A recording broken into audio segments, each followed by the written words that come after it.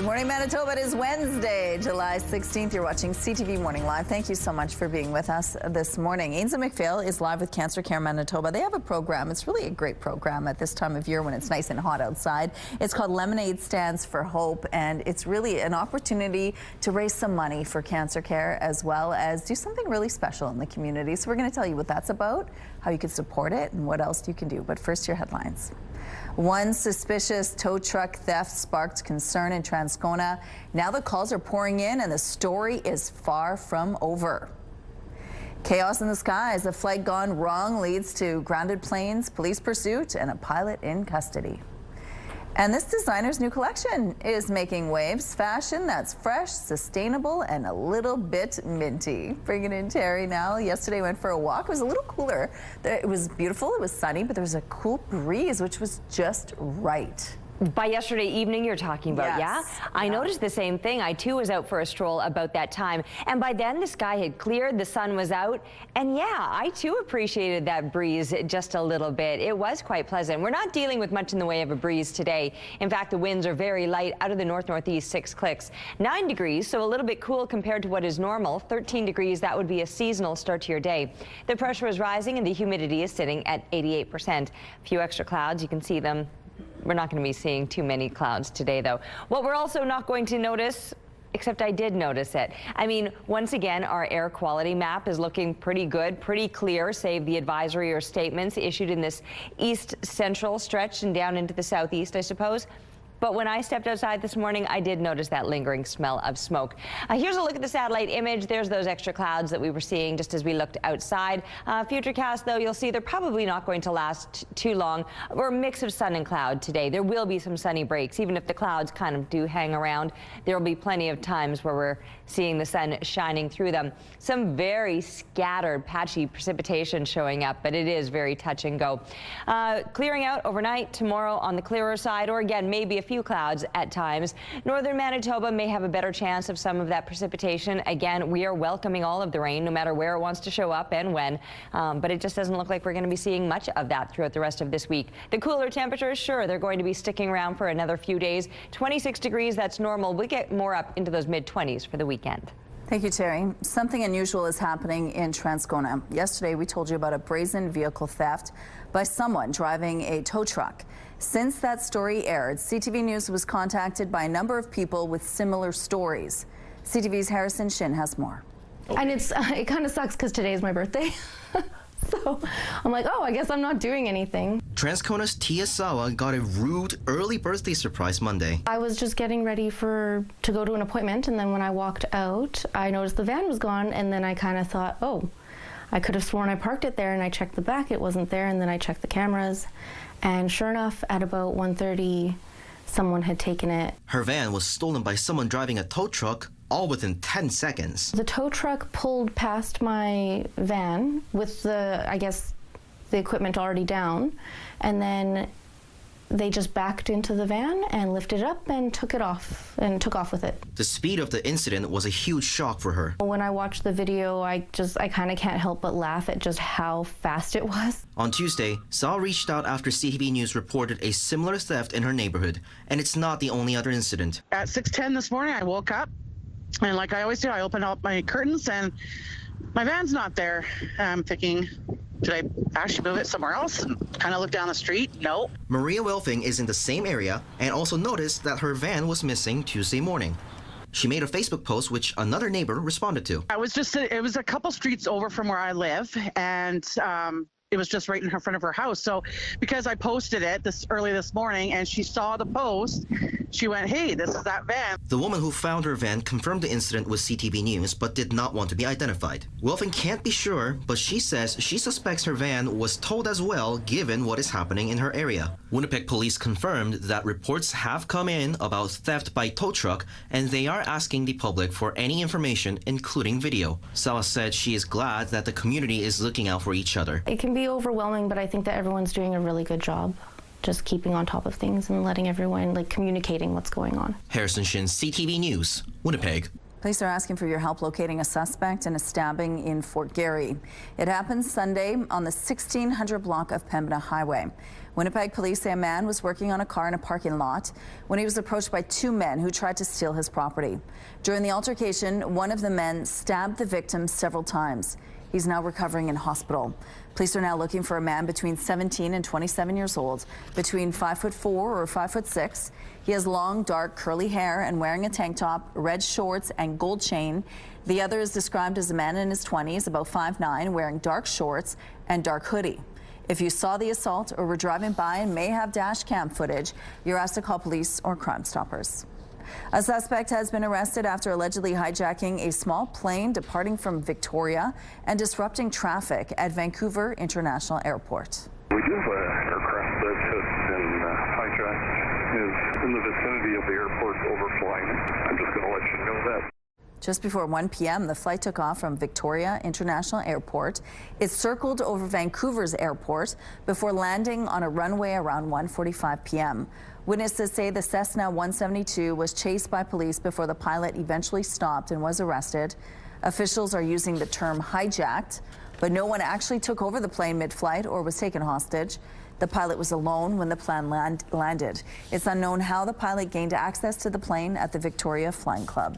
There were nine flights that were inbound to YVR that were diverted to other aircraft. So we had some go to Calgary, to Edmonton, to Abbotsford, to Comox, and to Seattle. The incident caused a 39-minute ground stop in Vancouver, causing a number of domestic and international flights to land elsewhere.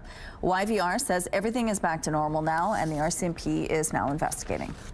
A flight heading to Vancouver from Hamilton was forced to make an emergency landing in Regina. Porter Airlines Flight 483 was diverted to Regina after people started smelling smoke in the cabin. The airline says the captain decided to land as a precaution, even though no one saw any smoke. The flight landed without any problems. The 91 passengers on board spent the night at a hotel. They are expected to finish their trip on another plane today. If the heat outside is affecting your appetite, you're not alone. Experts say weather has a big impact on our relationship to food, and science has an explanation.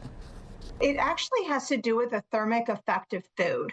So we're not as hungry in the heat because our bodies don't want to get overheated. Dietitian Julia Zampano with Cleveland Clinic says digesting food and stockpiling nutrients uses energy, which generates heat. If your body is already hot, it may not want to create any more heat. Zampano says even if you're not hungry, it's still important to have a balanced diet, so try choosing the most nutrient-dense foods possible. That includes fruits and vegetables, and to make sure you're getting enough protein, try opting for ones that aren't as heavy. Proteins can come from meats or fish, but it can also come from things like eggs and beans and dairy sources like cottage cheese and Greek yogurt. And finally, Zampano says digestion can slow down when you're dehydrated, so make sure you're drinking plenty of water. This designer is cooking up the next fashion trend. Caroline is a designer who creates clothes using bioplastic. Ingredients used for this material include common kitchen items like cornstarch, seaweed, and peppermint. Caroline calls her work a fashion statement on sustainability, and she has some high-profile fans. Chapel Roan and Anna Lohr are some of the stars who have worn Caroline's pieces. Here's a look now what's happening outside at Main and Broadway. It looks like traffic is moving quite well starting off this Wednesday morning. No issues to tell you about at this point in the drive. Let's go down to Ainsley McPhail, who is live this morning with Cancer Care Manitoba. It's all about turning lemons into lemonade. Good morning.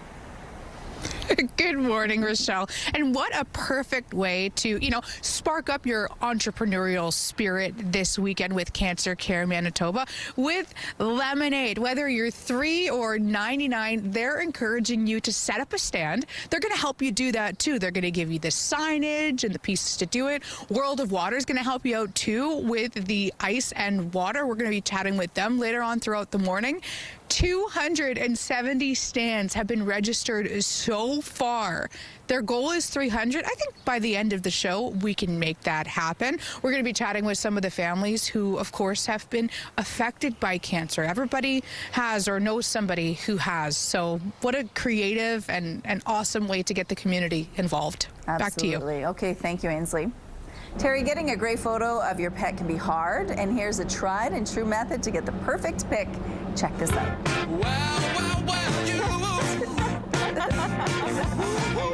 Meet Jude the dog. He's been to some seriously scenic spots, but no matter the view, he's laser focused on licking that tasty treat off his snout. Clearly, that's the best part of the vacation for this guy. We just love seeing this. Look at him. Oh my goodness. It's the slow-mo effect.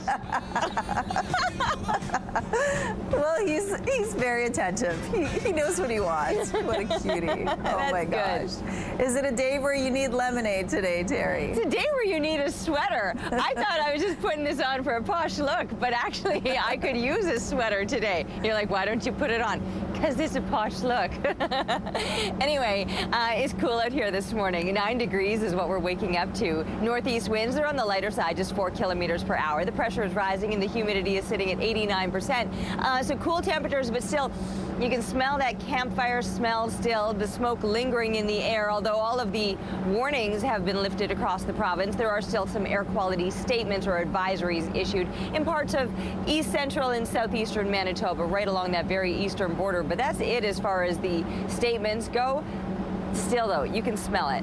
So just keep that in mind today, especially if you're, wanting to do exercise outdoors. The conditions aren't ideal, or if you're already dealing with some health issues, then perhaps it may not be a great day for you. It will be a little bit cool and below seasonal throughout the province again, with temperatures just barely getting up into those low 20s. Now, there's a few clouds out here right now. We'll probably see a few more breaks in those clouds as the day goes on. Some sunshine making it through, just not a whole lot of heat. So temperatures tapping out at about 21 degrees today, when 26 is in fact normal for this time of year. Taking a break right now, but we'll be back with more CTV Morning Live. CTV Morning Live weather is brought to you by Destination Dinner Stage, Manitoba's only musical dinner theater.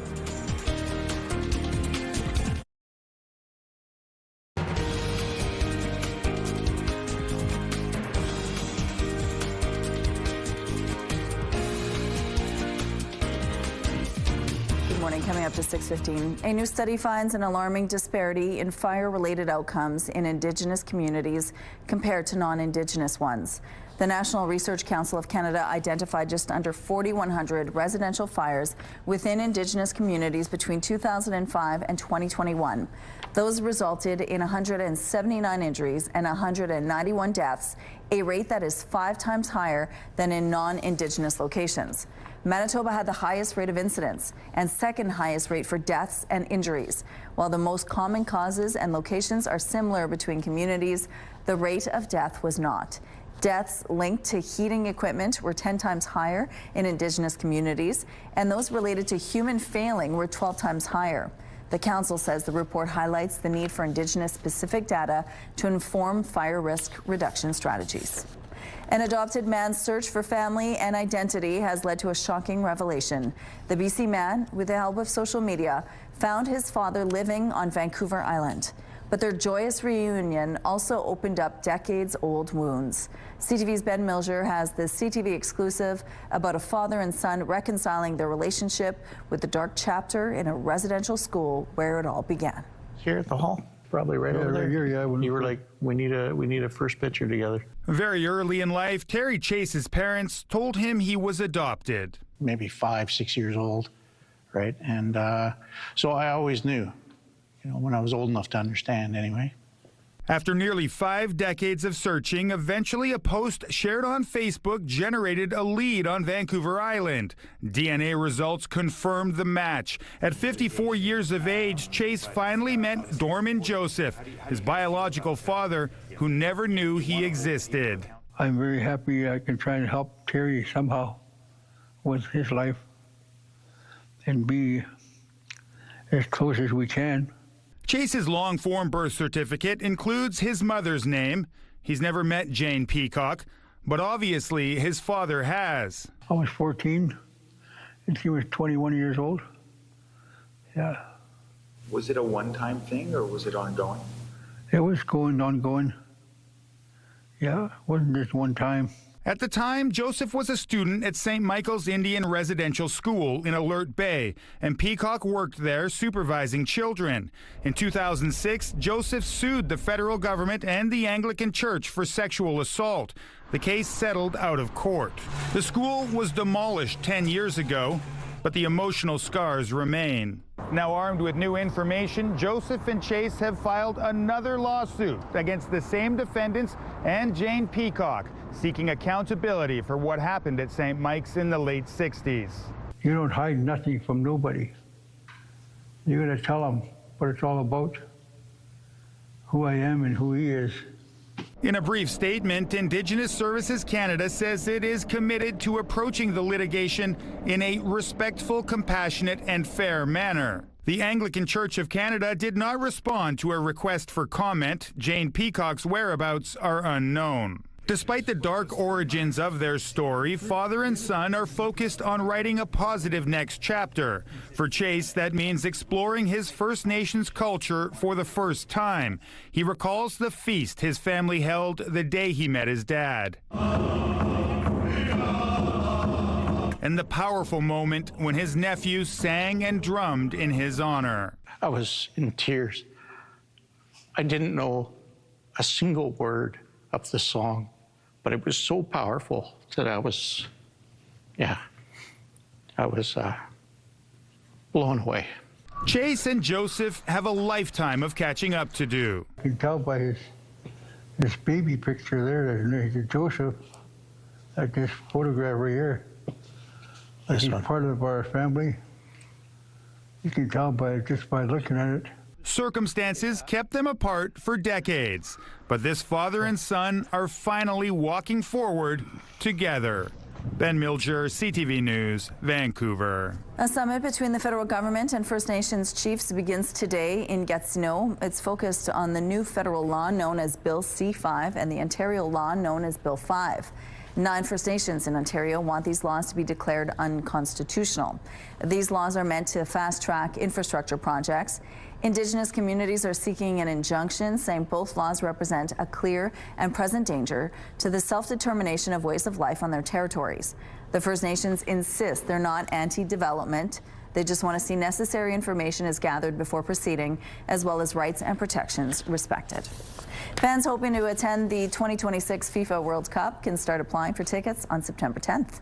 Fans are encouraged to visit FIFA's website to register and create an ID, which will be needed to enter the first ticket draw. There's no date for that draw yet, but tickets will be released in phases. Some are already available for premium packages. Those start at $2,500 for a single game. Additionally, Canada Soccer will soon unveil its program with membership tiers, which will also offer access to a lottery for Canadian matches. Here's a look at what's happening at Portage at Polo Park. Things are moving quite smoothly to start off this morning. Nothing to tell you about at this point. If you see any problems, let us know, please. All right, looking now through the Bath Fitter Live Eye Bath Fitter, your bath and shower experts for more than 40 years. Those extra clouds hanging around out there won't be so dominant that they stop us from enjoying a bit of sunshine at times today, probably breaking out maybe more so into the afternoon. But the temperatures that you're going to notice this morning, a little bit cool no matter where you are. High single digits, some just barely getting up into the double digits. We've got Portage, Morden, Winkler coming in at 10, but most of us not even there yet. A 13-degree low would be seasonal, so none of us are reaching those normal values across the south. But northern Manitoba is actually a little bit warmer this morning, and you can see double digits through many places. But then considerably cooler. Look at Thompson, 4 degrees. That's a chilly start for you. And Gillam sitting at 8, very similar to where we are here in the south. Now, we've got the air quality statement in this stretch of east central and southeastern Manitoba. No other warnings issued throughout the province, but you only need to step outside and notice that smoke smell, and you're like, no, it's still kind of lingering, and probably will today. Winds will remain on the lighter side. It's not like we're going to have a massive change with those winds. They're out of the northeast, but like I said, 10 to 15 clicks expected. There you can see the extra clouds that we're waking up to this morning. There will be some sunny breaks as we continue on through the day. Northern Manitoba actually may possibly see a little more in the way of precipitation, chance of showers or possible thunderstorms. Here's your noontime temperatures right across the board, pushing up into the high teens or low 20s up in the Lynn Lake area, maybe pushing up into those low 20s for later today. And we might also crack that 20-degree mark, but still remaining shy of the seasonal 26. Through the rest of the week, below normal temperatures are expected. The weekend warms up a little more into those mid-20s, and that's when we could see our next round of precipitation coming in on Sunday. What a scenic view out at Little Sask River. Thanks to Ray for this stunning photo. And keep the pictures coming, please, to Winnipeg Weather at ctv.ca. We're taking a break right now, but we'll be back with more CTV Morning Live. Good morning. In the last 4 years, Canadians have lost more than $1 billion to investment scams, and many of them involve cryptocurrency fraud. Victims may see a video or advertisement featuring a prominent politician or celebrity, but the ads are fake, often generated using artificial intelligence. Here's CTV's Pat Foran. We got stung big time. Donald and Ghislaine Perkins of Ottawa say it was in January when they saw a video of then Finance Minister Chrystia Freeland. She appeared to be talking about an investment opportunity that could make them rich. I urge each of you to seize this opportunity and register for the project. I personally guarantee the safety of your funds. We bought into it, and we got swindled by a very smooth-talking couple of individuals. The Perkins started out investing just a few $100s, but eventually handed over their life savings of more than $42,000. When we went to access the money, they wouldn't give it to us and said that we had to give them $10,000. Mark Carney came on with a woman that is very prominent in the bank system.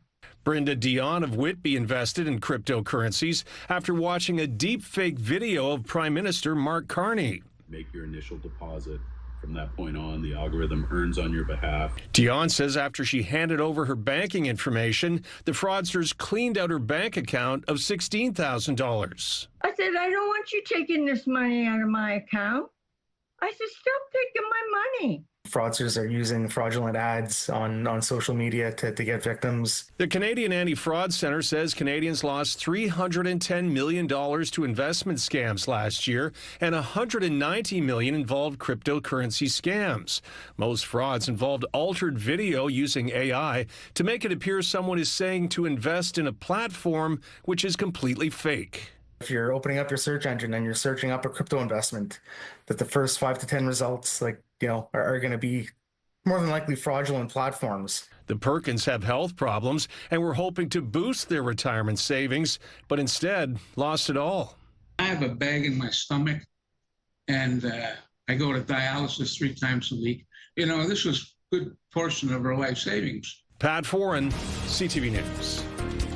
Coming up, we're going to learn a little bit more about a program put on by Cancer Care Manitoba. It's all about lemonade. Stay with us for more details.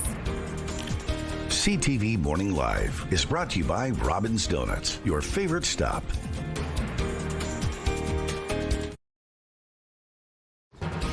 Cool start to your Wednesday morning. It's 9 degrees outside. That's a little bit below seasonal. Normal low would be around 13, so missing the mark in that sense. The winds are light throughout of the northeast, just 4 kilometers per hour. The pressure is rising and the humidity sitting at 89%. Now, our air quality map is looking pretty good. There's not much to show you here, save the advisories that are still lingering in parts of east central Manitoba and into the southeast. But honestly, as soon as I stepped outside, the first thing that I noticed was that lingering smell of smoke in the air. So don't take that air quality map as thinking that things are clear or even better. I mean, maybe they're better, but you're still going to notice that smoky haze this morning.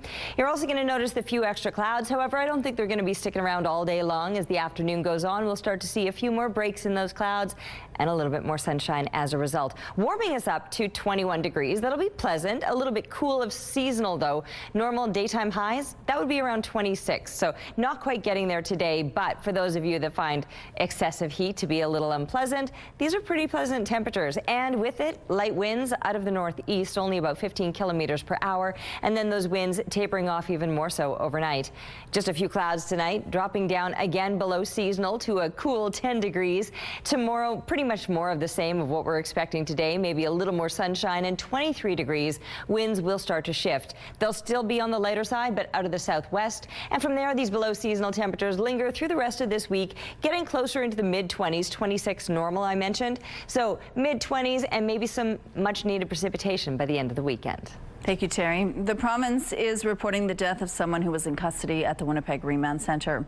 Manitoba Justice says a 36-year-old man died there Monday. It was not able to share any other details about the person, citing privacy reasons. The Office of the Chief Medical Examiner has been notified. As the wildfire fights continue, some producers are worried about the impacts that thick smoke wafting across Manitoba could have from farmers' fields to honey beehives. CTV's Danton Unger reports. Kon Peseshnikov has been keeping bees since he was a boy. We run around 100 or so hives. The owner of Bee Boys Honey and Meadery keeps hundreds of thousands of bees buzzing on his property southwest of Winnipeg.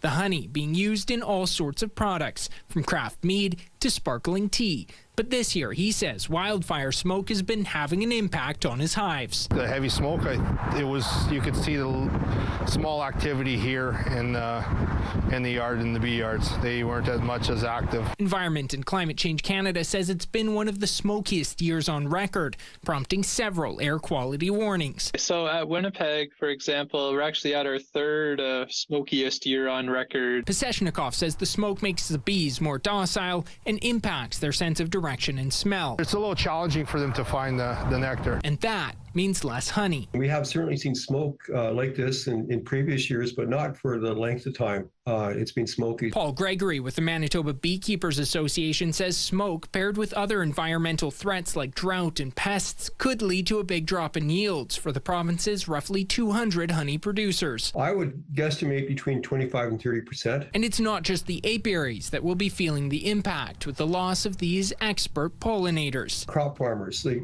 farmers that are growing clovers, trefoil, buckwheat, fruit crops, they're all impacted because they don't have the honeybees. They're not going to get the seed yield.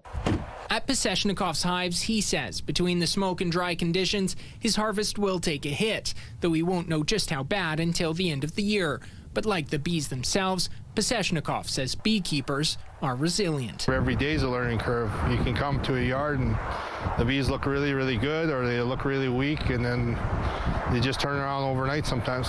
It's a funny creature. Danton Unger, CTV News, Winnipeg. Expansion is underway at the Port of Churchill and the Hudson Bay rail line that runs to the northern town. Arctic Gateway Group says a new critical mineral storage facility is now up and running at the Port of Churchill, which it says it will triple the port's storage capacity, and a second way freight train, which brings goods to communities along the rail line, has been added to the weekly schedule. The federal and provincial governments have spent millions of dollars on the rail line and port as a way to secure a trade route through Hudson Bay and the Arctic to overseas markets. Prime Minister Mark Carney is signaling that it's unlikely any trade deal with the U.S. will be tariff-free.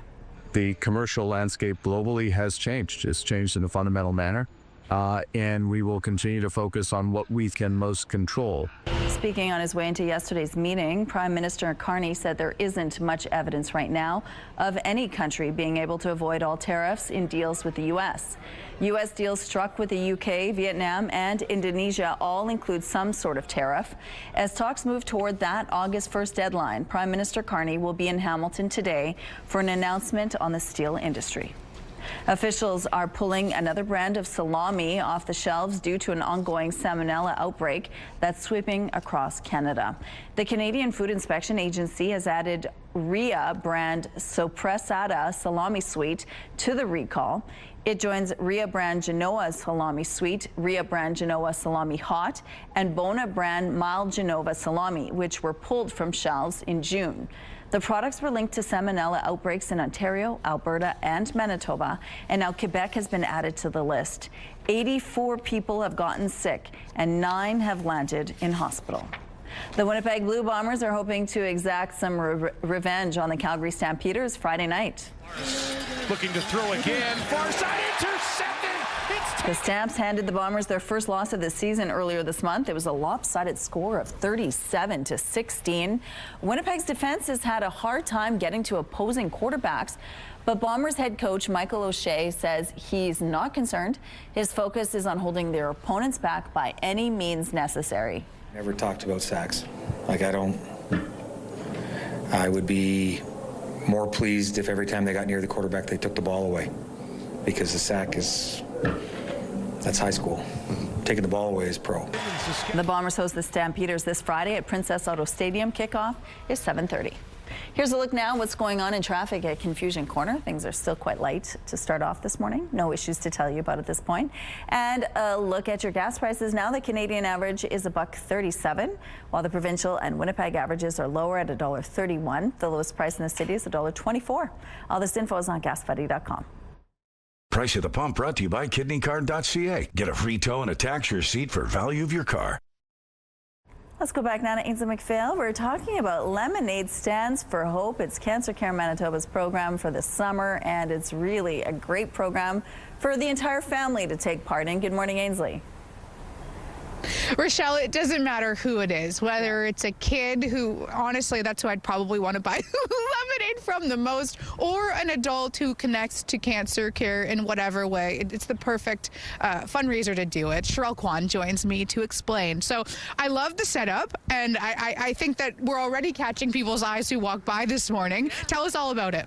So it's a free starter kit for anyone who wants to register, and you get these awesome items, as well as an online donation page.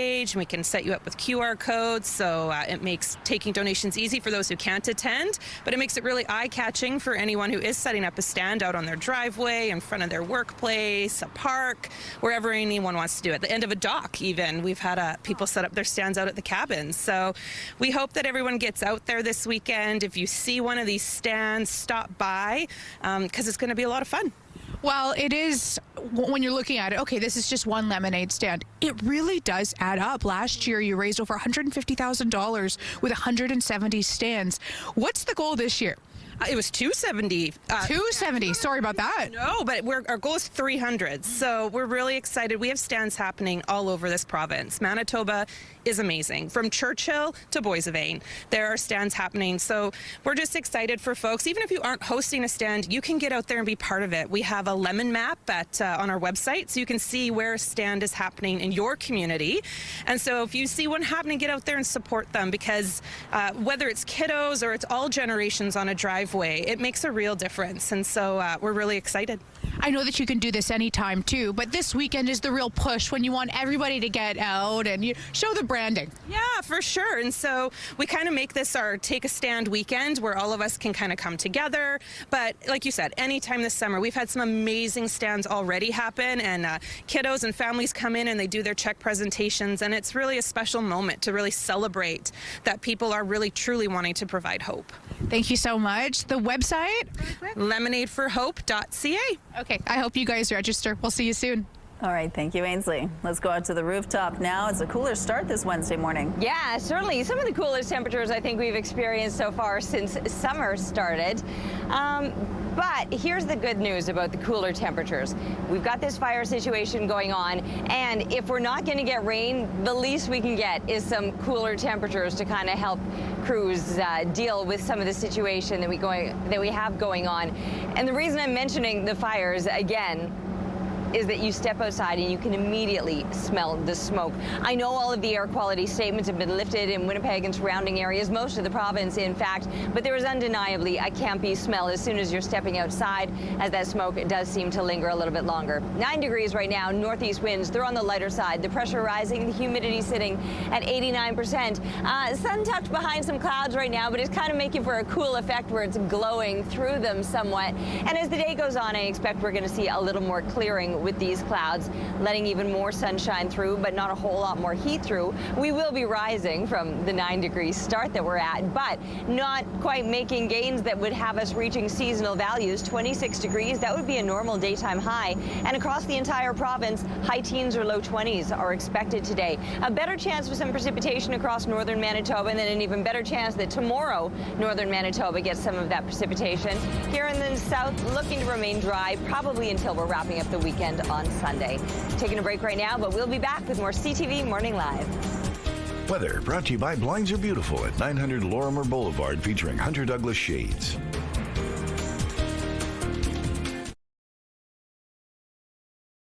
It's a mixed bag on the markets this morning. Dow futures are seeing a modest lift, up 25 points, but the Nasdaq is feeling the pressure, down 37.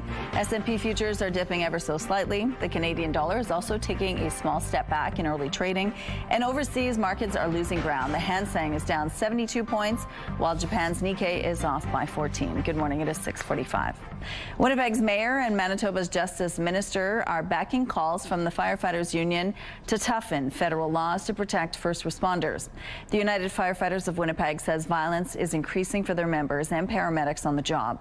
As CTV's Jeff Keel shows you, they want changes to the criminal code to crack down on offenders who assault emergency personnel. While responding to a pickup truck fire on Princess Street Friday, police say a man struck a fire truck and then a firefighter with a metal pole. In a separate incident Sunday, the United Firefighters of Winnipeg say a crew responding to a medical call had to disarm an individual who confronted them with a knife and threatened to kill them.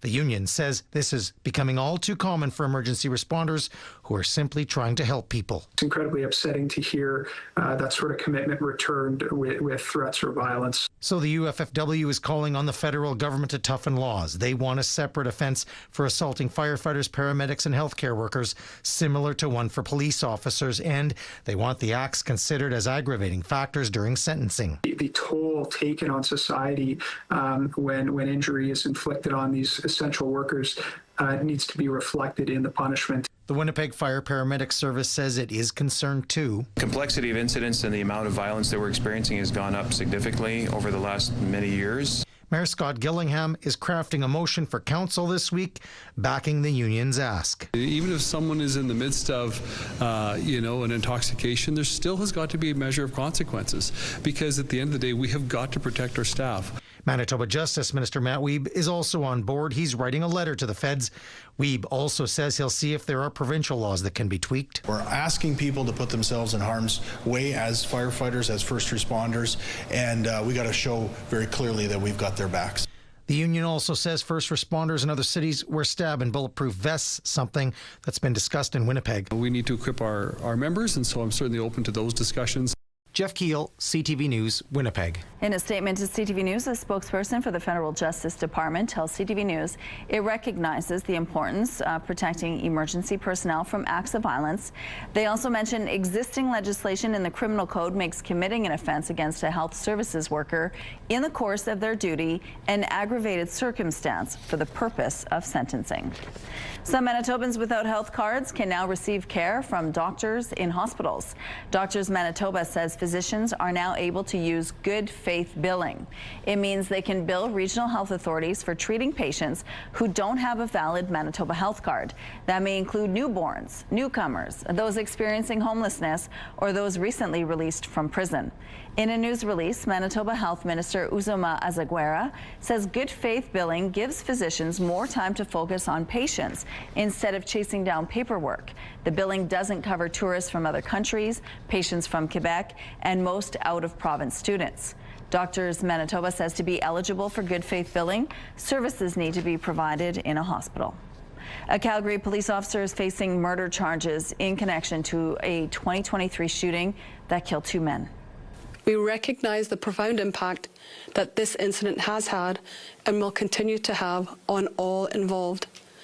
Many lives will and have been impacted forever. Constable Craig Stoddard has been charged with 2 counts of second-degree murder.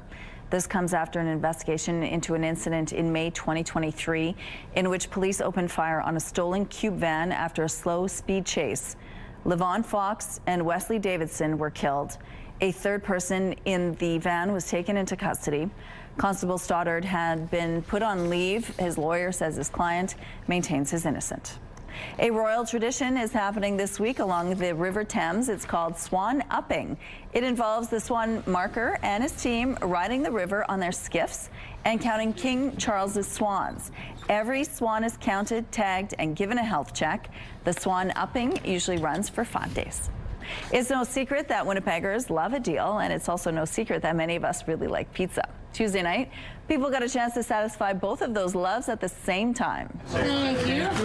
Take care, guys. The crowd waiting outside Flying Pizza on Edison was here for the deal of a lifetime on a pizza. A large pepperoni was being given to every customer for free. That's right, free. The business is celebrating its 28th anniversary and decided to show its appreciation to its customers. But thousands of people showed up for the deal, waiting hours to get their pizza, which surprised even the owners. By 3:30, we already had a lineup by Henderson Highway. So we had 3,000 pizzas ready that we thought 1,000 per hour would be enough, but it's just went crazily. Flying Pizza says they appreciate the support their customers give to them year-round, so they wanted to give back. They plan to keep giving away pizzas for the full 3-hour window or until they ran out of dough, whichever came first. Here's a look at what's happening in traffic along Keniston and Sterling Lyon. It looks like things are slowly picking up over here, but overall moving quite well. No issues to tell you about.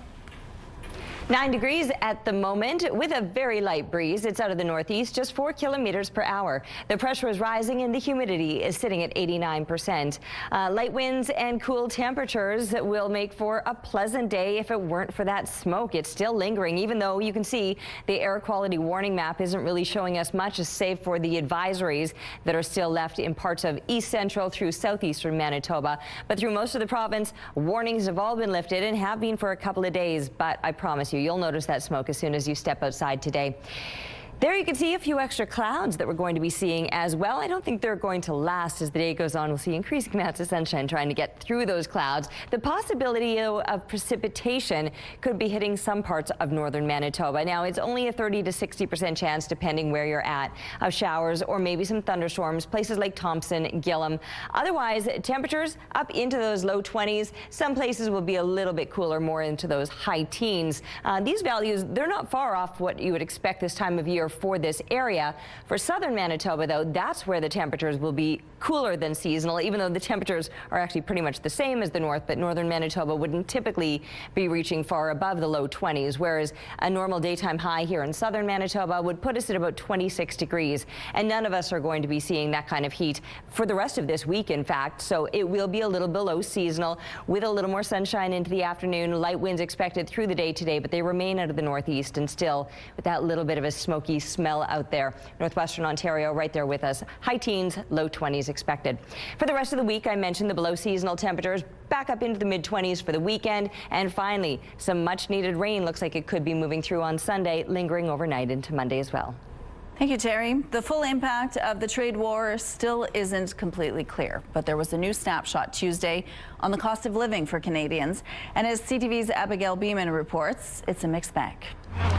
This family is not surprised to hear the cost of furniture has jumped. Didn't want to spend a lot of money on real wood or anything right now, so IKEA was perfect. Overall, new numbers from Statistics Canada show the Consumer Price Index rose 1.9% year over year in June, and that's up from 1.7% in May. In general, it's good news because we are seeing inflation kind of stay below that 2% marker. But important to note, when you take energy out of the equation, the number is much higher, 2.7%. And that's in part because of the removal of the carbon tax.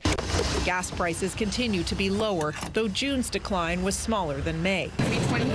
Better news for your grocery bill. Food prices are increasing at a slower pace, largely driven by a decline in vegetable prices, specifically helped by cheaper onions and cucumbers. If we didn't have two incomes coming in, we wouldn't be able to afford the life that we have. Another standout category, car prices. Those are up 4.1%, and in the used car market, 1.7%, and that is the first year-over-year increase in 18 months. Low supply, high demand, and used car prices have been going up. Now to trade it in, I get good money for it, but the price of new vehicles is almost beyond reach. A big question in all of this, the impact of the trade war with the U.S. Opinions are mixed, and Statistics Canada isn't saying much, with some economists saying it's too early to see the hit now. But buckle up. If you're not frightened almost to death, then you haven't been paying attention. And we are expecting to see Canada's economy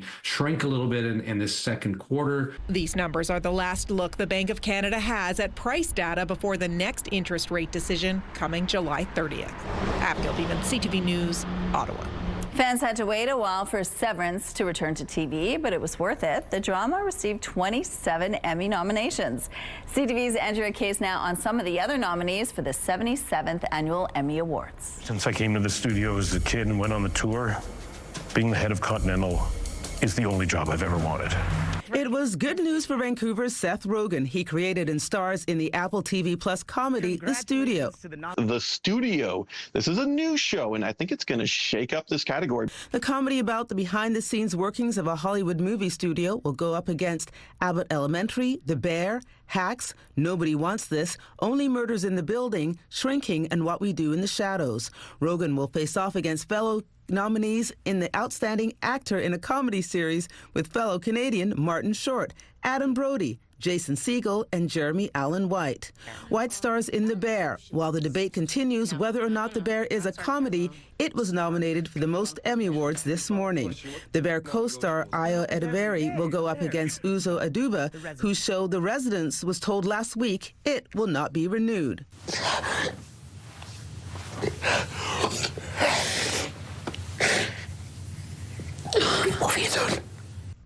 When it came out this spring, everyone was talking about the British drama Adolescence. It was nominated for Outstanding Limited or Anthology Series. I will say there's one on there called The Pit.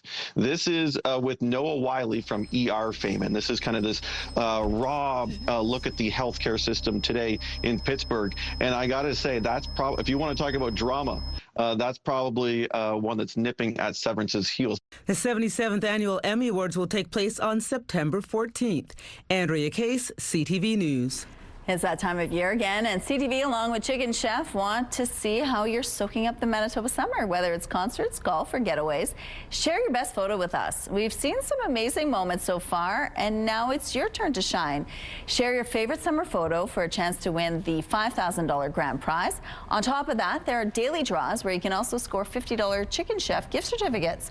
Plus, you could win a stylish fire table and patio umbrella from Discount Furniture Winnipeg. So snap and share your summer magic. We're going to take a break here. We'll be back after this.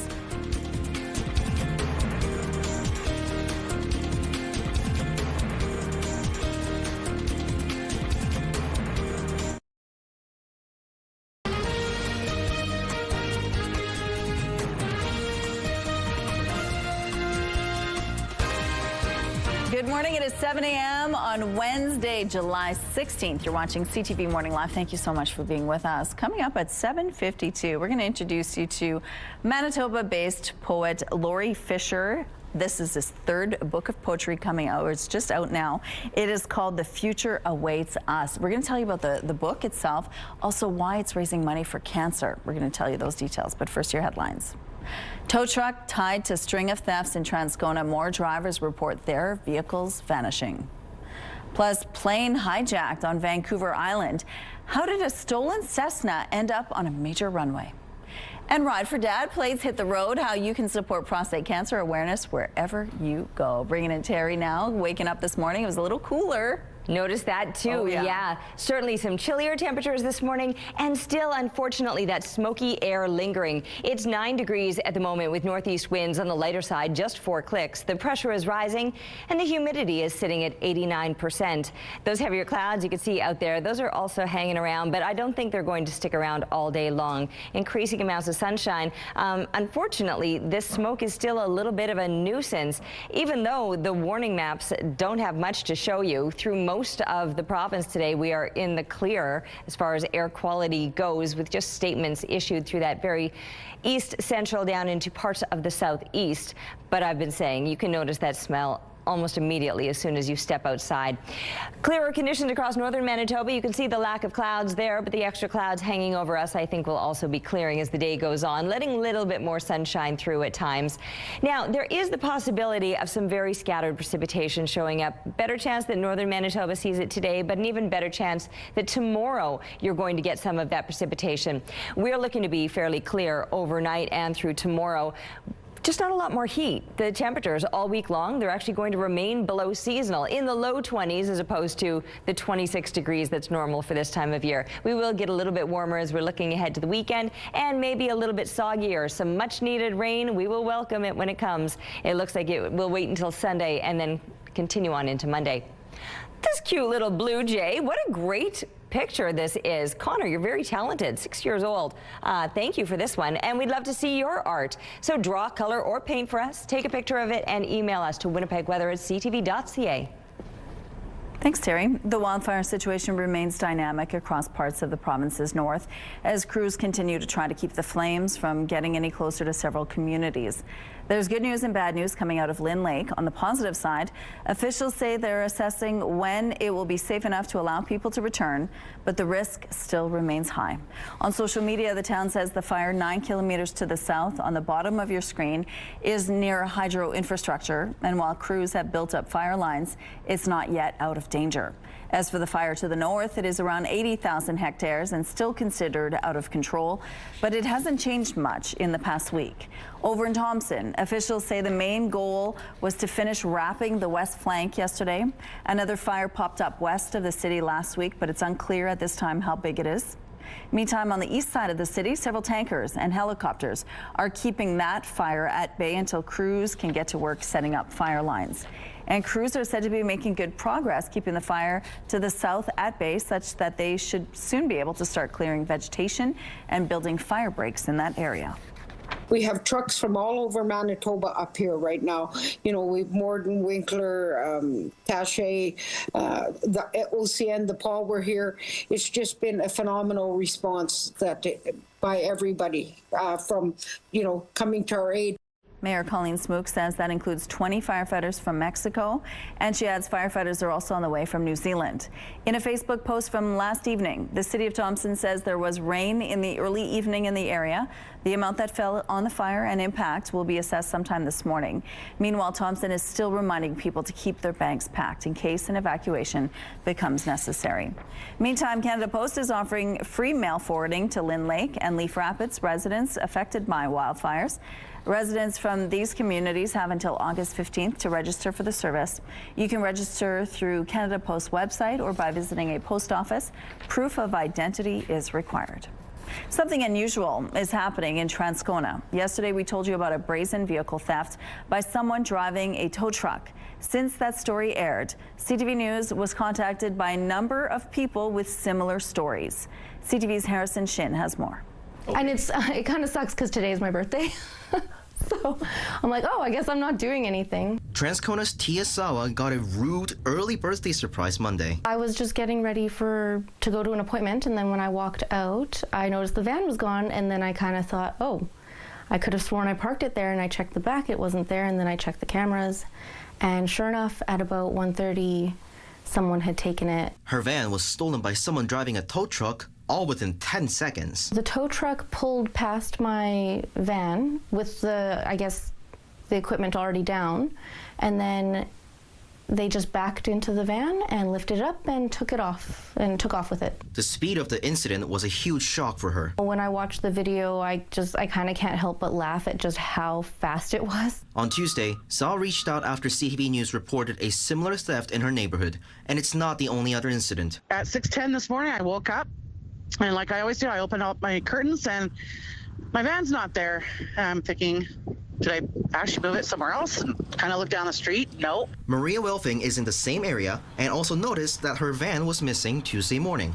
She made a Facebook post which another neighbor responded to. It was a couple streets over from where I live, and it was just right in front of her house. So because I posted it early this morning and she saw the post, she went, hey, this is that van. The woman who found her van confirmed the incident with CTV News but did not want to be identified. Welfing can't be sure, but she says she suspects her van was towed as well given what is happening in her area. Winnipeg police confirmed that reports have come in about theft by tow truck, and they are asking the public for any information, including video. Sawa said she is glad that the community is looking out for each other. It can be overwhelming, but I think that everyone's doing a really good job just keeping on top of things and letting everyone, communicating what's going on. Harrison Shin, CTV News, Winnipeg.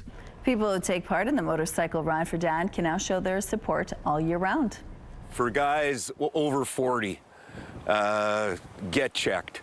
That's the awareness organizers hope to raise with the new specialty license plates. They are now available for motorcycles, cars, and trucks through Manitoba insurance brokers. $30 from each plate sold will go toward the Manitoba Prostate Cancer Support Group. Physically, they may remove the disease from you, but mentally it stays with you forever. And the support group does great work, both with men during their battle with prostate cancer and after.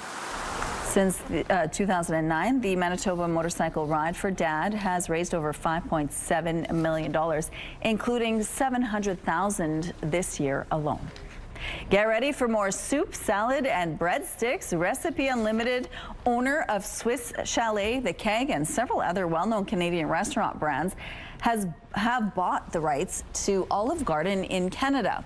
There are 8 Canadian locations right now in Western Canada, including 2 in Winnipeg. The plan is to expand across the country. Here's a look at what's happening in traffic on McPhillip Street. Traffic volumes are still quite light here, as you can see. No issues to tell you about at this point. Canada's benchmark stock index, the S&P TSX Composite, fell by about 0.5 percentage point yesterday and will begin today's trading day at 27,054 points. In the U.S., tech stocks rose yesterday, but otherwise it was a down day for most stocks, and futures contracts on the 3 main U.S. stock indices were mainly lower this morning. A team of precious metals experts on Wall Street in New York says the explosive rally in the price of silver will continue. Analysts at Citigroup raised their price target on silver yesterday to $43 per ounce and said it could get there in the next 6 months. Silver is now priced at $38 per ounce, and it's gained about 30% since early April. The analyst cited robust demand from investors as a source of the price strength. Finally, the Canadian dollar was trading this morning at 72.9 cents U.S. From the BNN Bloomberg Newsroom in Toronto, I'm Paul Bagnall. Let's go back now to Ainsley McPhail, who's live this morning at Cancer Care Manitoba. If you're looking to do something fun, something important that makes a difference in the community, you could pop up a lemonade stand right in your neighborhood. Good morning. Good morning, Rochelle. They're encouraging to do it all weekend long, although all summer you are welcome to. Lemonade Stands for Hope. 270 currently registered. The goal is 300, and the last I checked moments ago, it hasn't budged yet. So I'm calling on Manitobans from all over this province. As north as Churchill, people are setting up these lemonade stands. Now, what's great about it is that Cancer Care is going to help you out. They're going to provide you with the materials and the resources. They're also going to let you know where the other lemonade stands are in order to, make sure that there's as many as possible. $150,000 is how much they made last year throughout the province. And with the 300 plus stands, we want that number to climb in order to support so many Manitobans and their families who are battling through a cancer journey and post that. So sign up. We're working and chatting with the Winnipeg Kinsmen. We're chatting with World of Water, who is partnered with them as well. And it really is a community effort. Okay, well, thank you so much, Ainsley. Let's go out to the rooftop now where our Terry Gale is this morning. And when I think lemonade, I think fresh, refreshing, and we might need some of that today. Yeah, I mean, I'll take it on any summer day. I don't even need it to be a scorching hot day. It's refreshing anytime. And today isn't going to be a scorching hot day. It will still be quite pleasant. If you like those kind of low 20 temperatures, we're right in that zone of what you probably prefer, if that's more your jam. 10 degrees is where we're sitting right now, so we are starting to warm up already. Winds, they're on the lighter side still out of the north-northeast, 9 kilometers per hour now. Pressure rising and the humidity sitting at 84%. I can see that sunshine. There's a few extra clouds hanging around this morning, and there's still a bit of that smoky haze. You can kind of see that kind of grayish sky. And you can certainly smell that campfire smell, too. Even though all of the warnings have been lifted, just know that there's a bit of an aroma. And if there's an aroma, well, that smoke is lingering. Northern Manitoba, you've got a very I was going to say slim. You've got a moderate possibility of seeing some showers or maybe some thunderstorms rolling through later on today. Perhaps a better chance of seeing some of that activity tomorrow. Here in the south, it does look like it's going to remain on the drier side. Temperatures a little bit cool through the rest of this week, in fact. And our best chance of precipitation probably won't come until the weekend. So you're going to be watering your own flowers. I mentioned the below seasonal temperatures. We'll probably get to about 21 degrees today with a light breeze expected throughout. CTV Morning Live Weather brought to you by ABC Fire and Safety, your CO2 refill store. Today is National Hot Dog Day, so for our question of the day, we wanted to know, what's your favorite hot dog topping? Our question of the day has moved from Twitter, so now we want you to text your answer along with your name to 10400. Make sure to follow the automated instructions so we can feature your response. At CTV Morning Live, we're all about celebrating your amazing pets, whether they're furry, feathered, or scaly. Your Pet of the Week submissions have been amazing. We want more, whether they're dogs, cats, birds, or any other pet pals. Send them our way. Drop your pet photos and a fun little story about them to petoftheweek@ctv.ca, and then catch us every Thursday between 6 and 9 to find out if your pet is our Pet of the Week on CTV Morning Live. We're going to take a break here. We'll be back after this.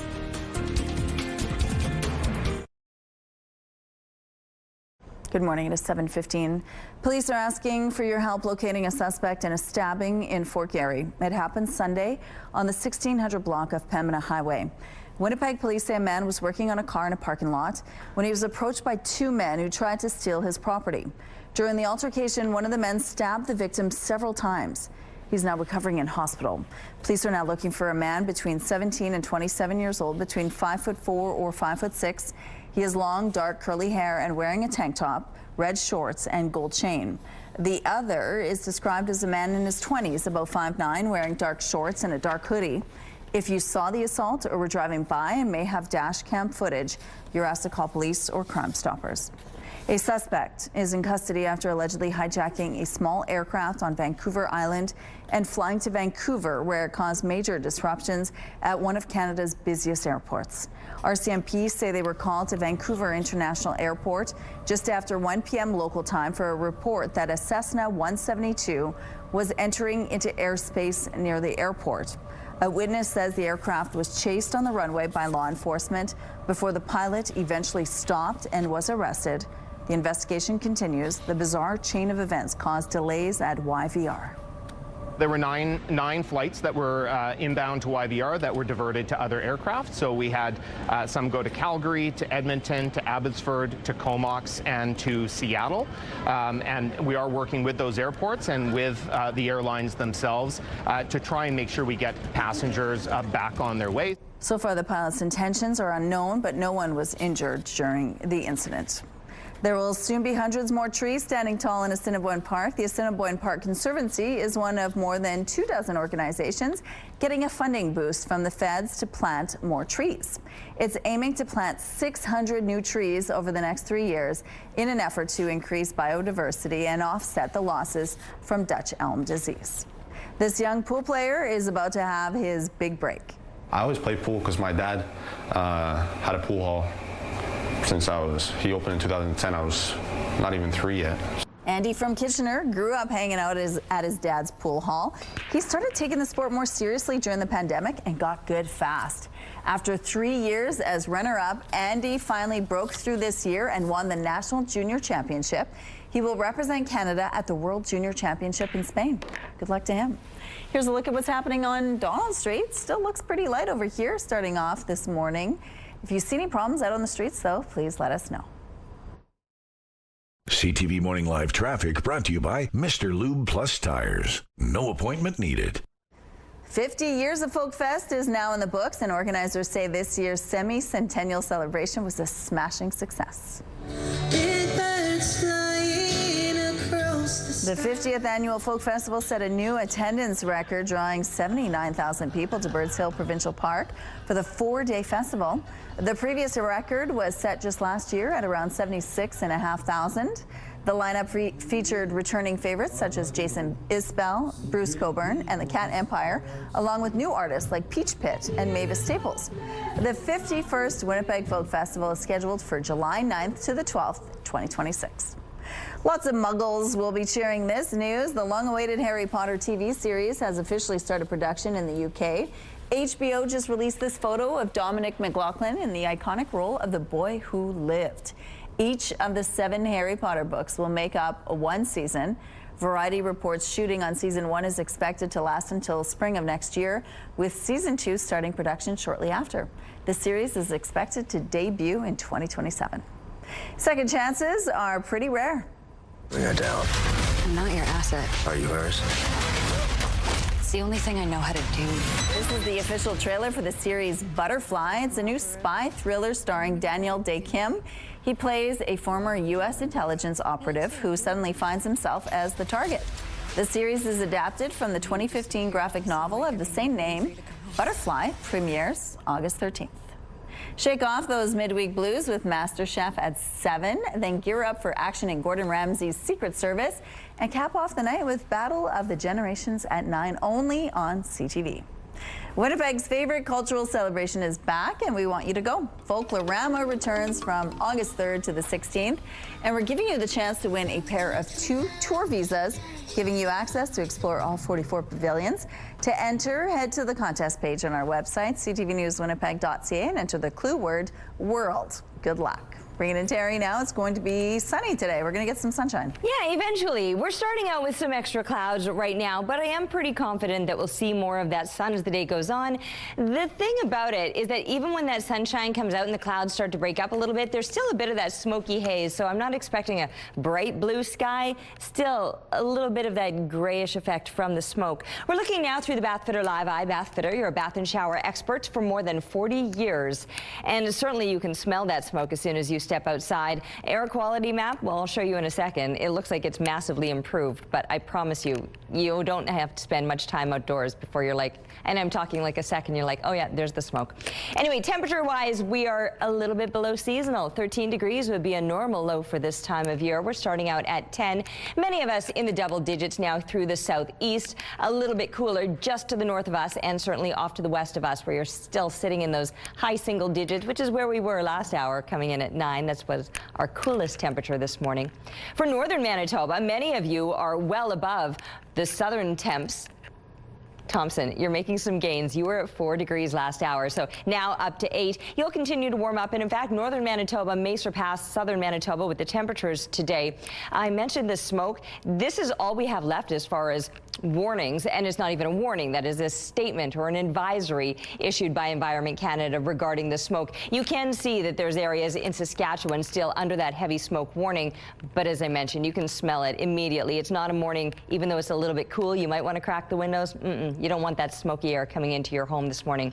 A few extra clouds, like I said, will remain below seasonal, and it's not just today, throughout the week, in fact. Here's noontime, and you can see some high teens expected across the province, and then barely pushing up into those low 20s, which is closer to normal for northern Manitoba, but here in the south, seasonal daytime highs, that would be around 26 degrees, and we're not going to get there. Neither is my clicker going to go. Are we going to do this again? Here we go. All right. Mid-20s expected for the weekend, and that chance of showers as we're wrapping up the weekend on Sunday and into Monday. Our photo today is a stunning shot taking the Little Sask River. Thanks to Ray for this, and keep them coming to Winnipeg weather at ctv.ca. Thanks, Terry. For the first time, Tuesday, the Prime Minister admitted that trade talks with the United States likely will not result in a deal that lifts all American tariffs. The revelation emerging as Mark Carney convened his inner circle for a rare summer meeting. Here's CTV's Rachel Aiello. Staring down an August 1st deadline, the Prime Minister convened a rare summer cabinet meeting to discuss U.S. President Donald Trump's latest 35% tariff threat. I expect that the discussions will intensify between now and the end of the month.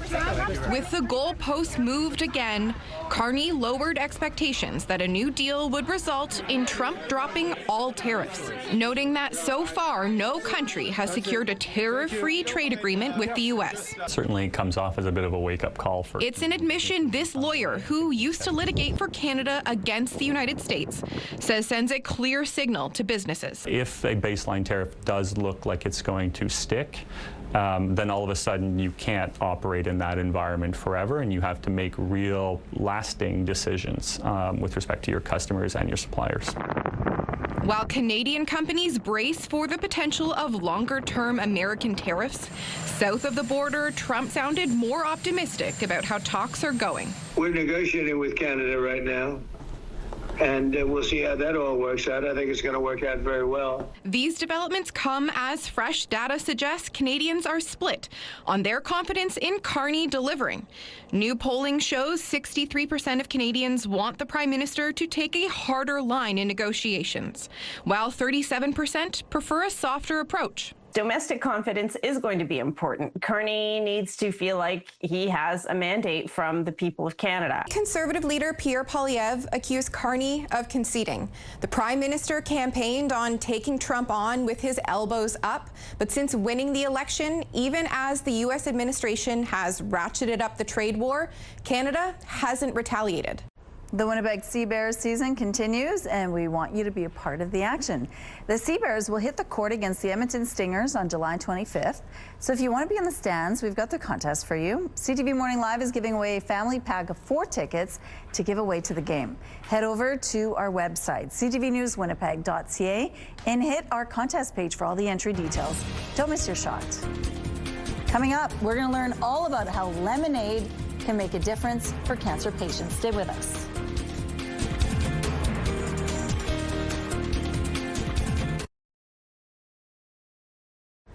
And we'll bring Ainsley McPhail in now. We're talking about how lemonade stands can make a real difference this summer when it comes to cancer research and care. And now we're going to learn a little bit more about how the Kinsmen Club of Winnipeg is involved as well. Good morning. Good morning, Rochelle. Yes, there's so many different organizations and agencies who are involved. I switched it on you with the notes, so we got Kinsmen coming up at 7:42. Adam Schinkel's joining me now from World of Water. Now, these partnerships are so integral in making lemonade stands like this happen. So how did it all start for you guys at World of Water? Yeah, thanks, Ainsley. For us, it was a bit of a personal reason for me. Earlier this year, January, my father passed away from cancer. Back in 2022, my daughter, who was 3 at the time, was diagnosed with cancer. So we had about an 18-month battle with cancer, spent many mornings here at Cancer Care getting ready for treatment and recovery and whatnot. So during that time when I was involved with my cancer treatment personally, all our World of Water franchisees kind of rallied behind me and my family and decided to find ways that we could help and give back to Cancer Care. So last year was our first sort of full official year of fundraising for Cancer Care, and this year we decided to partner with the Lemonade Stands for Hope. And what does the partnership look like?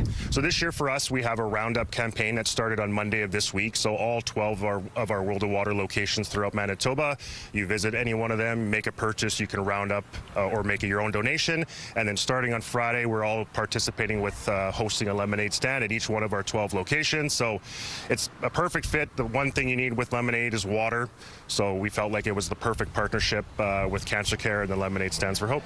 It really is. And you mentioned that personal connection. I'm sure many other Manitobans are also it's going to call to their heart. So how important is it to you to reach out and connect with those individuals? Yeah, like for me, just being on the personal side of things, our journey, you know, thankfully for my daughter is successful, she's healthy, but the journey continues for thousands of Manitobans. You know, we come back here to do our, you know, annual tests and scans, and we see new faces every day that are just starting their journey.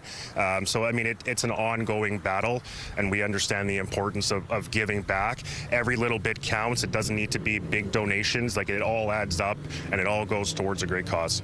Thank you so much. And yeah, head into those World of Water locations in order to get some of those materials. Cancer Care is going to set you up as well. Coming up at 7:42, Winnipeg Kinsmen. Okay, thank you, Ainsley. Looks like the sun is shining out on Ainsley's face right now. Yeah, there's moments of it, most definitely. I mean, there's extra clouds and there's a little bit of that haze lingering as well.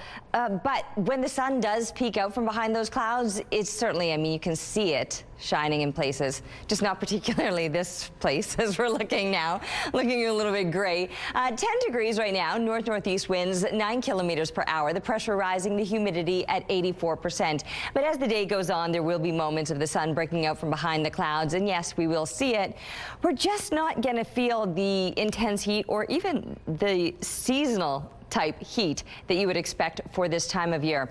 Let's talk about this smoke, though. I know the air quality map looks on the clearer side, but I promise you, you do not want to be cracking a window, even if you're looking at these temperatures thinking, ooh, it looks like a nice morning to let some of that air in. It's smoky. You can smell it as soon as you step outside, and cracking a window is only going to invite that smoky air indoors, which you don't want. There's those extra clouds that we're kind of seeing right now. Like I said, I think we'll see a few more breaks in those clouds as the day goes on. Partly sunny conditions than expected, and winds remaining light, 21 degrees, slightly shy of the seasonal 26. Those northeast winds will remain fairly light both through the day, but even lighter overnight. Just a few clouds as it continues to clear through the day, but another cool night ahead as we drop down to 10 degrees. 13 would be a normal low. I mentioned 26 a normal daytime high, so again tomorrow we won't get there. Bit of sunshine to enjoy and a shift in those winds out of the southwest. Gets a little bit warmer as we're looking ahead to the weekend, and some much welcome rain probably moving in by the end of Sunday. That'll continue on into the start of next week. We will welcome every drop. Thank you, Terry. The province is reporting the death of someone who was in custody at the Winnipeg Remand Centre. Manitoba Justice says a 36-year-old man died there Monday. It was not able to share any other details about the person, citing privacy reasons. The Office of the Chief Medical Examiner has been notified. Some producers are worried about the impacts the thick smoke might have from farmers' fields to honey beehives. The heavy smoke, you could see the small activity here in the yard, in the bee yards. They weren't as much as active. Kon Pesheshnikov has been keeping bees since he was a boy. The owner of Bee Boys Honey and Meadery keeps hundreds of thousands of bees buzzing on his property southwest of Winnipeg. The honey being used in all sorts of products from craft mead to sparkling tea. He says the wildfire smoke this year makes the bees more docile and impacts their sense of direction and smell, and ultimately reduces pollination and honey output. Crop farmers, farmers that are growing clovers, trefoil, buckwheat, fruit crops, they're all impacted because they don't have the honeybees. They're not going to get the seed yield. At Pesheshnikov's hives, he says between the smoke and dry conditions, his harvest will take a hit, though he won't know just how bad until the end of the year. But Pesheshnikov says, like the bees themselves, beekeepers are resilient. Some Manitobans without health cards can now receive care from doctors in hospitals. Doctors Manitoba says physicians are now able to use good faith billing. It means they can bill regional health authorities for treating patients who don't have a valid Manitoba health card. That may include newborns, newcomers, those experiencing homelessness, or those recently released from prison. In a news release, Manitoba Health Minister Uzuma Azaguera says good faith billing gives physicians more time to focus on patients instead of chasing down paperwork. The billing doesn't cover tourists from other countries, patients from Quebec, and most out-of-province students. Doctors Manitoba says to be eligible for good faith billing, services need to be provided in a hospital. The Brandon Police Service is paying tribute to a dedicated member of its K-9 unit on the dog's sudden passing at the age of 9. In a social media post, the service acknowledges the death of Storm, the K-9 partner of Constable Sean Haggerty. Storm joined the BPS in late 2017, and over his 7.5-year career was directly involved in the seizure of drugs with a street value of over $25 million. As well, Storm is credited with playing a key role in high-risk operations, tracking suspects, and supporting the tactical response unit. 2 pups Storm fathered grew up to become Brandon Police Service K-9 members.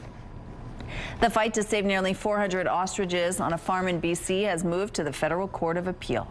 We're a recovered flock. We offer so much more opportunity to Canada than we do live, than we do slaughtered. Universal Ostrich Farm wants to overturn an order by the Canadian Food Inspection Agency to cull its herd after an avian flu outbreak in December. The owners say their birds have recovered. Virologists say H5N1 can remain in birds without symptoms, and a mass culling is the most effective way to stop the spread. The owners are getting support in their case from south of the border. U.S. President Donald Trump's Medicare administrator, Dr. Mehmet Oz, says he can provide sanctuary at his Florida ranch, while Secretary of Health Robert F. Kennedy Jr. wrote a letter asking they be spared so the birds can be studied. This designer is cooking up the next fashion trend. Caroline is a designer who creates clothes using bioplastic. Ingredients used for this material include common kitchen items like cornstarch, seaweed, and peppermint. Caroline calls her work a fashion statement on sustainability, and she has some high-profile fans. Chapel Roan and Anna Lower are some of the stars who have worn Caroline's pieces. Here's a look now what's going on the St. James Bridge. Things are slowly picking up over here, but overall moving quite well. No issues to tell you about at this point in traffic. And let's look now at your gas prices. The Canadian average is $1.37. The provincial and Winnipeg averages are lower at $1.31. The lowest price in the city is $1.24. All this info is on gasbuddy.com. Price at the pump brought to you by kidneycard.ca. Get a free tow and a tax receipt for value of your car. Right now, we're sitting at 10 degrees under mainly cloudy skies. We'll be back after this with more CTV Morning Live.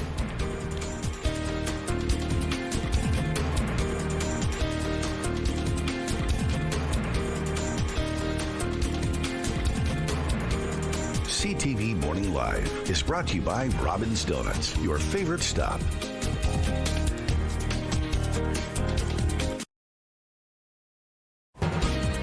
It's 10 degrees outside, a few extra clouds hanging around this morning, but the breeze is light out of the north-northeast. It's just 9 kilometers per hour. That pressure is rising and the humidity sitting at 84%. 10 degrees, still a little bit cool and a little bit below seasonal, 13 a normal low. So we've been up for a couple hours now. It started to rise, it's starting to warm up, but we're still not at that seasonal low of 13 degrees. And today, even with the daytime temperatures, we're reaching our highs. We're still going to remain a little bit below seasonal all through southern Manitoba. The air quality map tells a pretty nice story here with all of those warnings lifted, but you only need to step outside and you're like, really? Because it smells pretty smoky out there. I wouldn't recommend, even with these cooler temperatures, cracking a window because you don't want that smoky air coming indoors. You can see the extra clouds that we're waking up to this morning. For northern Manitoba, more than clouds, you may see a little bit of brief passing precipitation, the chance of showers, maybe some thunderstorms. Temperatures across northern Manitoba will be getting closer to what you would expect this time of year for your region. The temperatures across the province will all actually be pretty similar, but low 20s is normal for this time of year across much of northern Manitoba. Whereas for southern Manitoba, around 26 degrees, we would typically be more in those mid-20s for this time of year, and that won't be the case. So low 20s expected, a little more sunshine as the day goes on, winds remaining light throughout the day today. If it weren't for that smoke, I'd say absolutely crack a window, especially in these morning hours when it's a little bit cooler, and enjoy the slightly cooler weather throughout the day today. But because there is still that very prominent smoky smell out there, I don't want to recommend to anybody that you spend long periods of time outdoors. Northwestern Ontario, high teens, low 20s. You're right there with us with those slightly cooler temperatures, which will last through the rest of the week. Back up into the mid-20s for the weekend, and maybe some rain. We're needing it, more of it, and we might be seeing some Sunday lingering overnight and into the start of next week. Thanks, Terry. Let's go now to Ainsley McPhail. We're talking about Cancer Care Manitoba and having a lemonade stand in support of cancer care. And not only should you have your own lemonade stand, but maybe support one that's in your neighborhood. Good morning.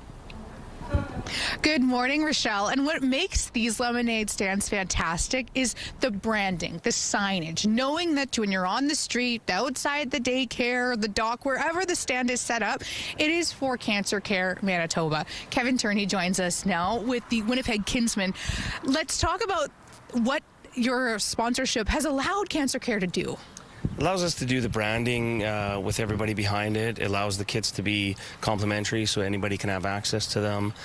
Get out on the street. We set up one at our office actually, and we do it as well to raise as much money as possible for this situation. Mm-hmm. And it's great too. So when you do sign up, it's climbing. We're hoping to get to 300. You're actually given this stuff too. So it's part of that whole process. Why do you guys do this, Kevin?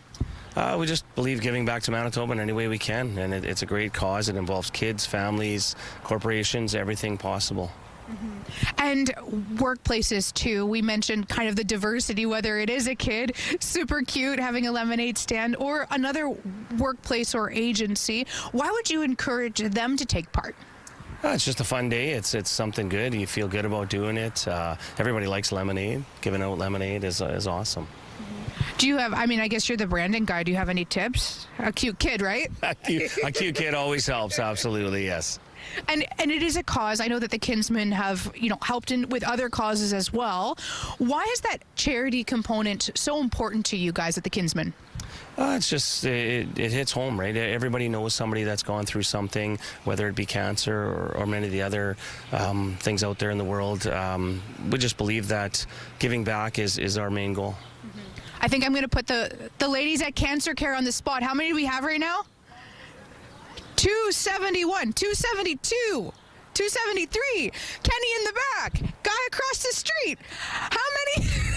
We want this to climb. Over $150,000 for Cancer Care Manitoba through these lemonade stands. This weekend is the time to do it. Rochelle. Amazing.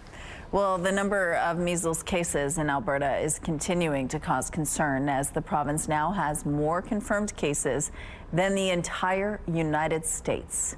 CTV's Kathy Lee on the measures hospitals are now resorting to treat patients. A measles surge in Alberta forced hospitals like the Grey Nuns in Edmonton to triage patients in ambulances outside to prevent bringing the virus into the emergency room. We have seen, dozens, unfortunately, of people requiring hospitalization. Measles is a serious infection. It is something that strains the healthcare system. And it's expected in a few months, resources will be even more strained. In addition to dealing with our standard, fall-winter respiratory viruses, we will be dealing with measles. Alberta now has more than 1,300 confirmed cases of measles, the second province behind Ontario to surpass the United States. In a matter of a few short months, Alberta has caught up to those confirmed cases. The rapid spread because not enough people are immunized against the virus. Experts say 95% of the population needs to have full protection to achieve herd immunity. While immunization rates have increased in some parts of the province, there are others that are only at 50%. The province has a measles awareness campaign and expanded access to the vaccine in many communities, but medical experts say not enough was done. It wasn't taken as seriously as it should have been. I think they felt that it would peter out, that was isolated certain communities, it would go away.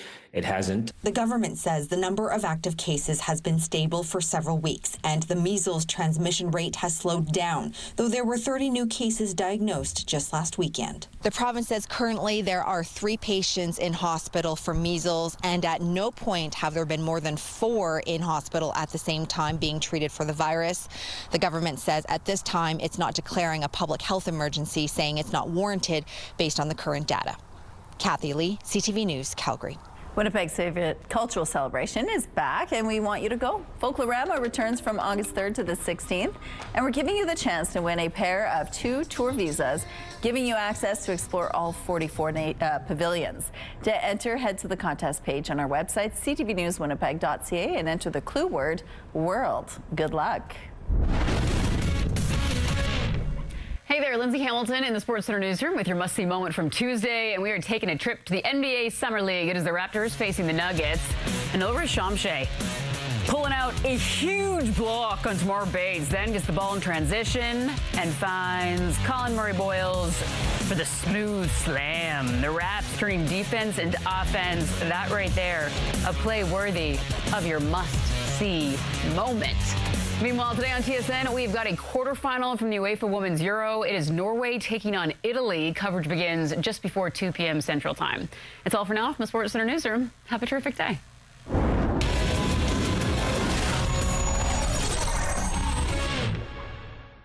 TSN Must See Moments brought to you by Super Blinds and Draperies, your Hunter Douglas shade provider for over 40 years.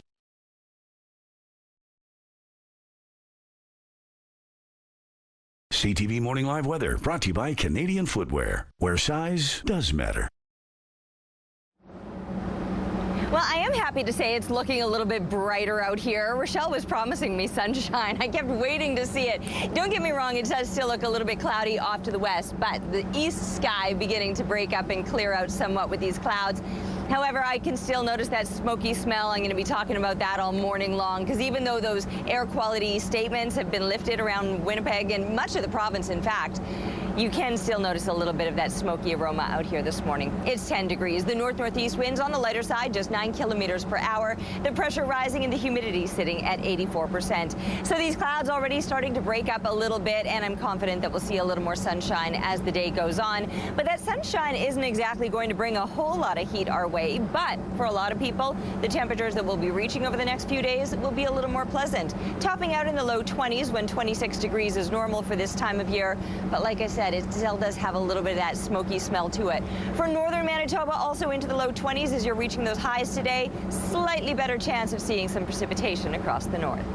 A local poet has just released his third book of poetry, and a portion of the proceeds raised from book sales will go to support cancer patients in Manitoba. Poet Laurie Fisher's latest book, The Future Awaits Us, has just been released, and the author hopes to inspire and uplift everyone, including those battling cancer. Joining us now is poet Laurie Fisher. Good morning, Laurie. Good morning. Thank you so much for joining us. Thank you for Congrats on having me. this new book. Thank you. Now, really, you've been writing poetry your whole life. I have, but it's really a lot since the pandemic started. It started very suddenly. We were in Florida. We were snowbirds at that time. And within 1 hour, we were told the world was shutting down. So we went from a very active life to total isolation. And I thought, you know, there are people that are very frightened. So I started to post poems each day on Facebook, and there was a tremendous reaction from the people in Florida and back home. And eventually my daughter Pamela said to me, why don't we put them together in a book? And that's how Poetry the Pandemic was born. And it's a lot about the pandemic and feelings, what was going on in the world. I really look at the world around me, simple things, nature and my puppies and family, and what's going on. You know, I try to stay away from things like politics as much as possible, but really reflect the world around me. Okay, and so now this brand new book is out. What inspired this latest book? I was continuing to write, and really the three books. The pandemic is past us now. Musings on a Life Well Lived is really about the present, and The Future Awaits Us is about the future. So the first poem in the book is called The Future Awaits Us, and from there just continued writing about what I see in the world around me and nature and that kind of thing, and really wanted to do this one specifically as a fundraiser for the Never Alone Cancer Foundation. Why is that? Well, from the moment I was diagnosed, they have stood by me and my family. They support all cancer patients. I call them cancer warriors here in Manitoba, and basically they've been there from day one. They really take over where the government leaves off, and you know, for example, in September there's a cancer walk called the Pause for a Cause, about puppies. So of course that's where we raise a lot of money for the Never Alone Cancer Foundation. The book is $30, and I decided $10 from each book sold will go to the Never Alone Cancer Foundation. Well, that is so wonderful. So take us back to 2018. You were diagnosed with prostate cancer. Yes. Stage 4. What impact did that have on you? It must be such a shock. It is, and everybody talks about sort of the black veil and the shock. For some reason, I don't know why, but the first words out of my mouth were, it is what it is, one step at a time, one day at a time. And my doctor looked at me and said, that's exactly the attitude you're going to need to fight this battle. And I was diagnosed. I was told it was too late. It was not curable, but it was controllable. And I basically have gone with that life philosophy from the first moment, and I've lived it. And I tell people now I've just passed 7 years, and I passed my expiry date, and I'm not sour yet. Oh, good. And you So keep pumping out these amazing books. I keep fighting it and trying to motivate, inspire, and uplift other cancer warriors, as I call them. And so far, there's been a tremendous reaction to the new book. So I'm really excited about it, and I'm going to keep going as long as I can. Absolutely. Where can people find your book of poetry? They can email me. That's the easiest thing, because I do self-publish. Okay. And so it's LBF, my initials LBF1954 @gmail.com, and they can email me. Of course, we'll have a link on our website as well. And there you have it. The Future Awaits Us, brand new book of poetry. Thank you, Laurie. Thank you very much.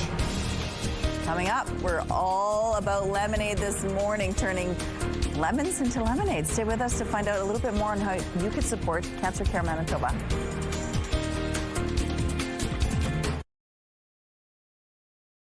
It's time for Let's Celebrate. Let's see who's having a celebration today. Happy 54th birthday to Mama Michelle, with love from Kevin and Rose. Happy 10th wedding anniversary, Chris and Christy, with congratulations and love from your family. Happy birthday, Violet. Love and best wishes from your mom. And a happy 14th birthday to Dexter. Love, Mom and Dad. If someone you care about is having a birthday, anniversary, retirement, or graduation, let's celebrate. To submit your celebration, visit our website, ctvnewswinnipeg.ca, and fill out the form at least 2 days in advance. It'll also enter you into our monthly contest for a chance to win a $100 gift certificate to Party Stuff.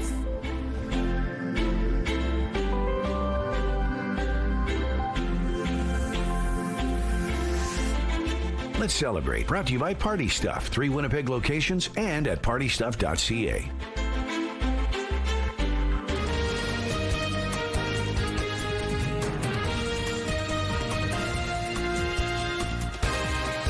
Good morning. It's 8 o'clock on your Wednesday. Thank you so much for staying with us. Coming up at 8:15, we're going to tell you about a veteran advocate who noticed that there were grave markers in the cemetery, in the Transcona Cemetery, that had no names on them. So in his search to find those names, he also met a man who found out his grandfather was buried there. So we're going to find out about that reunion. It's happening right here on CTV Morning Live.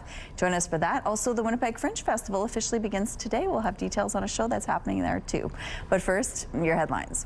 Gone in much less than 60 seconds. Which neighborhood is seeing a rash of vehicle thefts by someone using a tow truck? Aircraft incident in BC, what caused a temporary shutdown at Vancouver International, with effects rippling across the West. And once a week, swinging clubs at this Alberta golf course are accompanied by plenty of wagon tails. Bringing in Terry now. We're going to see some sunshine today, but below seasonal when it comes to temperatures. Yeah, you're right about that. A bit of a cooler start to the day and a cooler end to the day, but not everybody is going to be unhappy with these slightly below normal temperatures. For a lot of people, they find this area where we're topping out in the low 20s to be the most pleasant. The thing that's going to make it less than pleasant is unfortunately that lingering smoke. 10 degrees right now with north-northeast wind, 9 kilometers per hour. The pressure is rising, the humidity sitting at 84%. Now, I should mention that all of the air quality statements and advisories have been lifted across most of Manitoba, save this very southeast and east central part of the province. But I have also noticed that the smoke warnings in Saskatchewan now just kissing that western border, so we might notice more of that smoke moving in across parts of northern Manitoba, as it does seem to be kind of headed that way. Even with that air quality statement lifted, I'm still very distinctly noticing that smell of smoke in the air. So I am recommending that people not try to crack the windows and let some of this cooler air in. The extra clouds that we're seeing this morning, though, already beginning to break up, and a little more sunshine is starting to be noticed out there today. For northern Manitoba, the possibility of a few scattered showers, but in fact, tomorrow is even better chance that you'll get some much needed precipitation.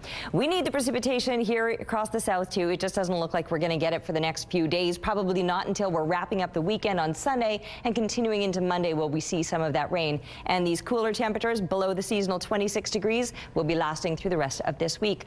Look at this mixed medium art from Connor. Those are feathers, as Director Kim pointed out. Those are real feathers attached to that bird there. Well done. Love this, and we'd love to see your art. So draw, color, paint, take a picture of it, and email us to winnipegweather@ctv.ca. Thank you, Terry. Something unusual is happening in Transcona. Yesterday, we told you about a brazen vehicle theft by someone driving a tow truck. Since that story aired, CTV News was contacted by a number of people with similar stories. This is security camera footage of one theft victim gave us. It's from 1:30 in the morning on Monday. That's Tia Sawa's red 2005 Dodge Caravan parked on the street. Just watch how fast all this unfolds as the tow truck takes off with her van. And it's left Sawa with no way to take her kids around town. Mostly it's just the appointments that I'm worried about, like just getting my kids places and going and doing things with them. That was the biggest thing about it, was just how it's going to affect my kids, because I can walk, I can take the bus, like I can figure out alternative transportation. I was really angry at first, and then, you know, just processed that and had a good cry about it too. And now when I watch the video, I kind of can't help but laugh at just how fast it was. Sawa has filed a stolen vehicle report with the Winnipeg Police Service and an insurance claim with Manitoba Public Insurance. A suspect is in custody after allegedly hijacking a small aircraft on Vancouver Island and flying to Vancouver, where it caused major disruptions at one of Canada's busiest airports. RCMP say they were called to Vancouver International Airport just after 1 p.m. local time for a report that a Cessna 172 was entering into airspace near the airport. A witness says the aircraft was chased on the runway by law enforcement before the pilot eventually stopped and was arrested. The investigation continues. The bizarre chain of events caused delays at Vancouver Airport and at other terminals across Western Canada, including Seattle. The Winnipeg Blue Bombers are hoping to exact some revenge on the Calgary Stampeders Friday night. Looking to throw again. Far side intercepted. It's taken away. The Stamps handed the Bombers their first loss of the season earlier this month. It was a lopsided score of 37-16. Winnipeg's defense has had a hard time getting to opposing quarterbacks, but Bombers head coach Mike O'Shea says he's not concerned. His focus is on holding their opponents back by any means necessary. I've never talked about sacks. I would be more pleased if every time they got near the quarterback they took the ball away, because the sack that's high school. Taking the ball away is pro. The Bombers host the Stampeders this Friday at Princess Auto Stadium. Kickoff is 7:30. It's the dog days of summer at this Edmonton area golf course. The biggest challenge, I think, is going to keep him out of the water hazards, so we'll see how he handles it, but should be good. It's nice to be able to bring him out. Mondays at Cattails Crossing are Doggy Mondays, where dogs are welcome to tag along with their owners for 9 or 18 holes. Of course, they do create some extra hazards on the course. Some golfers say their partner stole their ball before they could tee off. The course also asks golfers to make sure they're not leaving behind any new hazards from their dogs.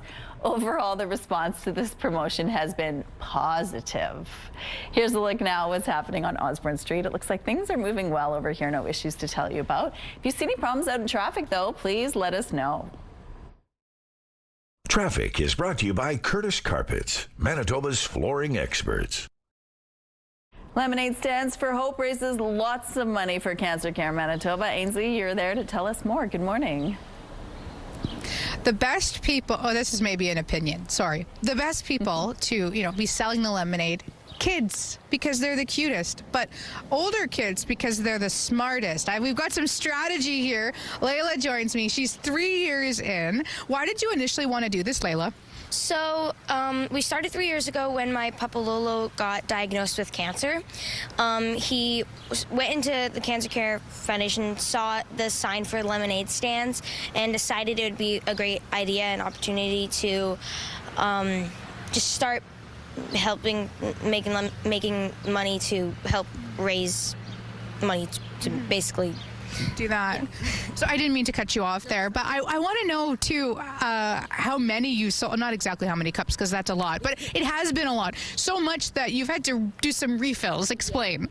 So we did it like last year when we did it at IG Wealth. Since there was indoors, we could go inside and refill it. We had to do that about 5 times, for one day. Yeah. So, we were there for 2 days that year, or 2 to 3 days, and we had to just refill a ton. So we we had to go through a lot of lemonade. Yeah.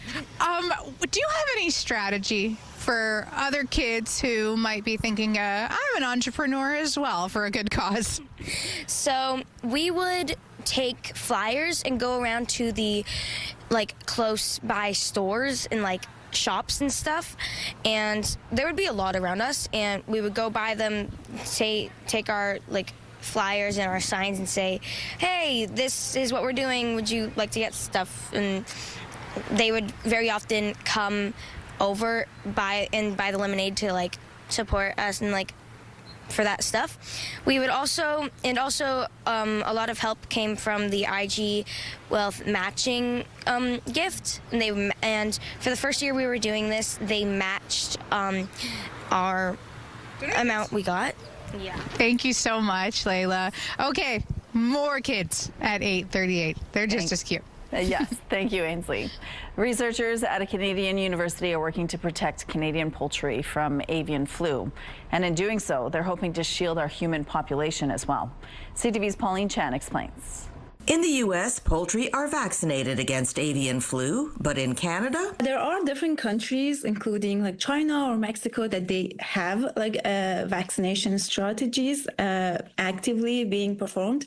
But Canada is one of those countries that does not vaccinate. Veterinarian and Guelph University researcher Fatima Fazel says it allows Canada to export poultry products to other countries which may have different regulations, but that isn't stopping Guelph U researchers from developing a new mRNA vaccine to protect chickens from avian flu. It encodes for two main surface protein of avian influenza, and then when chickens are vaccinated with these mRNA codes, chickens like cells start to translate this mRNA code to protein. So when the actual virus infects the chicken, chicken's immune system is already informed about those sequences. So it starts to respond much faster and more robust to prevent virus replication and virus shedding. Avian flu has hit many flocks in the U.S. and Canada. It has also affected dairy cattle, and one U.S. farm worker has died of the illness. But the virus has not yet shown the ability to be transmitted from human to human, something the Canadian Medical Association journal warns could be just around the corner. If it becomes transmissible from human to human, we are looking at another huge public health crisis. Fazel says it's impossible to say if human-to-human transmission of avian flu is inevitable, but as U.S. Health Secretary Robert F. Kennedy Jr. proposes a policy of allowing avian flu to work its way through American flocks instead of culling infected birds, Fazel says Canadians must be prepared. If we have that susceptible chicken population, it replicates much faster, and viruses have the time to mutate and find ways to adapt to mammalians or humans. So limiting the spread of avian flu helps chickens and ultimately humans as well. Pauline Chan, CTV News. All right, looking now through the Bathfitter Live Eye. Bathfitter, your bath and shower experts for more than 40 years. Those are the heavier clouds that I mentioned. Off to the west. Off to the east, it's starting to look a little bit brighter. Clouds breaking up a little bit of sunshine able to poke through.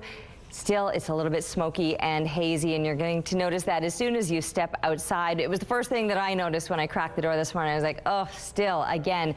Now, temperatures, they are on the rise. It will, however, be a below seasonal day. And in fact, even though we've risen a few degrees already this morning, 13 degrees is normal for this time of year, and we're still missing that mark all across southern Manitoba, with the exception of Sprague, who is now just hitting 13.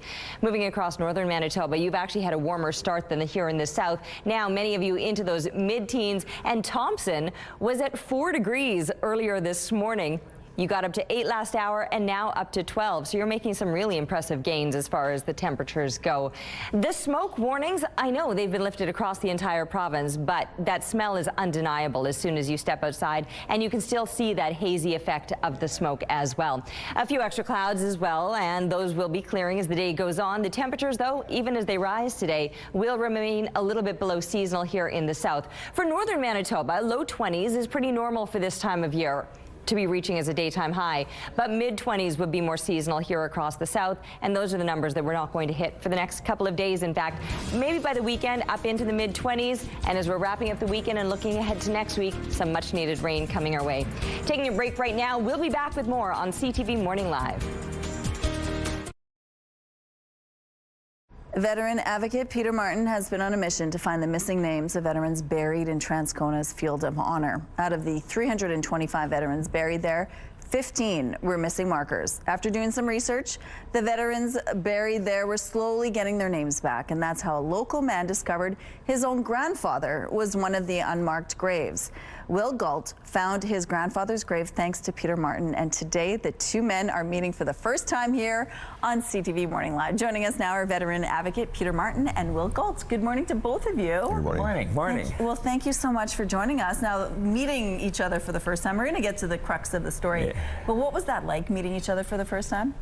I just felt so excited about actually putting a face to the discovery that we made, and just felt so good meeting a new person who's connected to the things I'm doing. So it's really nice to meet you. Yeah, I felt very grateful, for all the work Peter's done, in discovering my grandfather and stuff. So it was a humbling, kind of emotional experience, and just glad it happened. Absolutely. Okay, so Peter, let's take it back a little bit. When did you first discover there was names missing in the cemetery? Okay, so very quickly, the steps I took. We have the No Stone Left Alone at the Transcona Cemetery. Yeah. I bring over 600 students to place a poppy on the grave of veterans, every veteran in the field of honor. So every year for the last 10 years, I brought 600 students out. So last year, the president of the Last Post Fund, Matt Halpin, happened to be there, and he's a friend of mine, and he did a little bit of an analysis and check on the cemetery, and he said, you know what, he discovered some unmarked graves. They were just known as 290 and 301, but nothing else. So I checked with the Jansen O'Donnell administration for the cemetery, and he said, you know what, those two numbers are actually where the remains of two veterans who served World War II and Korea are buried, but no name identifying them. So they've been missed. No poppy, no student recognizing them for over 23 years. Wow. I was devastated. So first of all, I applied for permanent markers. I then did some research trying to find the family of these two soldiers. Yeah. And I also had a friend, Joe Sapp, make crosses. So we can at least mark them now and not forget them anymore and put a little note on the crosses. And then CTV did a story about these crosses and these markers, and then all the things opened up. I got the family, I contacted family, and then the serendipity moment occurred when I had contact from Will. So Will, meanwhile, you're watching the news. Yeah. And you've been doing your genealogy for a few years, trying to figure out the roots to your family. Actually, I just kind of started in October. Okay. So I ended up with, through my stepsister, getting my grandfather's obituary for the genealogy research and stuff like that. So when I saw the news story, the name rang a bell to me, because I just started doing this in October, and sure enough, I pulled it up on my phone, the obituary, and I'm like, I think that's my grandpa. So the name was William Chester. William Howard Chester, yeah. Okay, and so what did you know about your grandfather? And not a lot. Okay. I knew it was, there was some talk about a dairy farm in Transcona. I knew he was a veteran to a certain extent, but I didn't know too much, because I grew up with my grandparents on my mom's side, so I actually never met my biological dad till I was almost 20. And so then you reach out to Peter and you're, hey, I think this is my grandfather. 100%, yeah. I shared this story through my social media platform, thanking Peter and Joe for the work they've done, selflessly, to put a name to these two gentlemen who have served our country. And it kind of just started from there, and it was definitely an emotional evening, and I still have those moments, just because I'm able to, identify and relate a little more to, someone who's I never met, who has made a sacrifice for our country, and deserves to be honored. And it'd be nice to show my children, that their great grandpa, and he has a safe resting place, and he's somebody now, not just a marker. Right. And so, Peter, when you hear Will say this, what does it mean to you? Well, it means, like, we're going to have this permanent marker in. It's going to be very soon. As soon as that happens, then I'm bringing the family together. We're going to do a ceremony there, and I'm just excited to have all the families meet and honor this person who served our great country, and is going to be recognized. And just having them all there and meeting each other, and for sure, the students next year will be standing by that grave, honoring with the poppies like they should have done the last 20 years. In fact, I put 20 poppies on each of the graves to make up for the last 20 years of them being missed. So I personally put those poppies on. And it's sad, and it just shows you that we got to be vigilant and looking for graves and making sure we're honoring our veterans and thanking them, and not having their names noted there. Well, you can't honor somebody you don't know. All you know is 290, 301 for all these years. So now we get a chance to say that Mr. Chester, he served this country, World War II and Korea. So, Will, knowing that your grandfather finally has his name back, what does that mean to you? It means a lot. It means, I'm super thankful that the connection I made with Peter, watching the news at the right time, starting my genealogy test at the right time, it just kind of all the pieces of the puzzle came together. And, it's extended family now that, I'm going to be able to go, and pay my respect to, and bring my children, and let them know about the history of their great grandpa. So it's it's more than just putting a marker on a grave. It's also a reunification of the history of a family I I lost and never really got to meet. Well, thank you for sharing this story with us. We really appreciate both of you taking the time today, and I'm so glad you got to meet on our show. And I want to be part of their family now. Oh. Maybe adopted part of your family. Because we met and we're friends now for life. Oh, that is beautiful. Because of your show and because of the connection. Well, thank you, gentlemen, and thank you so much for sharing this with us. And Will, congratulations on finding your grandfather's marker. Yeah, those backyard barbecues just got a little bit bigger. Congratulations, you two. All right, out here the sun is shining. It's going to be warming us up today, but not drastically so. Temperatures will remain a little bit below seasonal, although as I'm standing out here, now that the clouds are starting to clear, I can really start to feel the warmth of the sun, and it's that reminder sunscreen is still something very important on a day like today. Yes, it might be a little bit cool, and it's a little bit hazy, so it still has that kind of grayish effect, but I promise you your skin can still burn, and you still need to take the necessary precautions. So sun smarts, keep them in mind. 12 degrees right now, winds are light out of the north-northeast, the pressure rising, the humidity sitting at 73%. I am still seeing some heavier clouds as I'm glancing off to the west, but to the east, the clouds breaking up, and we'll continue to see more of that throughout the day today. I mentioned the below seasonal temperatures. We're probably going to top out at about 21 degrees, low 20s expected, not just here in southern Manitoba, but across northern Manitoba as well, where northern Manitoba, low 20s is normal for this time of year. For southern Manitoba, around 26 degrees would be seasonal. Those are the numbers we're not going to reach throughout the rest of the week. It will get a little bit warmer this weekend, and maybe some much needed rain by then too. A beautiful, picturesque scene out at Little Sask River. Thanks to Ray for this stunning photo. And keep the pictures coming, please, to Winnipeg Weather at ctv.ca. CTV Morning Live Weather brought to you by Garage Masters, your complete garage specialists. Winnipeg's favorite cultural celebration is back, and we want you to go. Folklorama returns from August 3rd to the 16th, and we're giving you the chance to win a pair of 2 tour visas, giving you access to explore all 44 pavilions. To enter, head to the contest page on our website, ctvnewswinnipeg.ca, and enter the clue word world. Good luck. Canada's benchmark stock index, the S&P TSX Composite, fell by about 0.5 percentage point yesterday and will begin today's trading day at 27,054 points. In the U.S., tech stocks rose yesterday, but otherwise it was a down day for most stocks, and futures contracts on the 3 main U.S. stock indices were mainly lower this morning. A team of precious metals experts on Wall Street in New York says the explosive rally in the price of silver will continue. Analysts at Citigroup raised their price target on silver yesterday to $43 per ounce and said it could get there in the next 6 months. Silver is now priced at $38 per ounce, and it's gained about 30% since early April. The analyst cited robust demand from investors as a source of the price strength. Finally, the Canadian dollar was trading this morning at 72.9 cents U.S. From the BNN Bloomberg Newsroom in Toronto, I'm Paul Bagnall. CTV Morning Live is brought to you by Robin's Donuts, your favorite stop.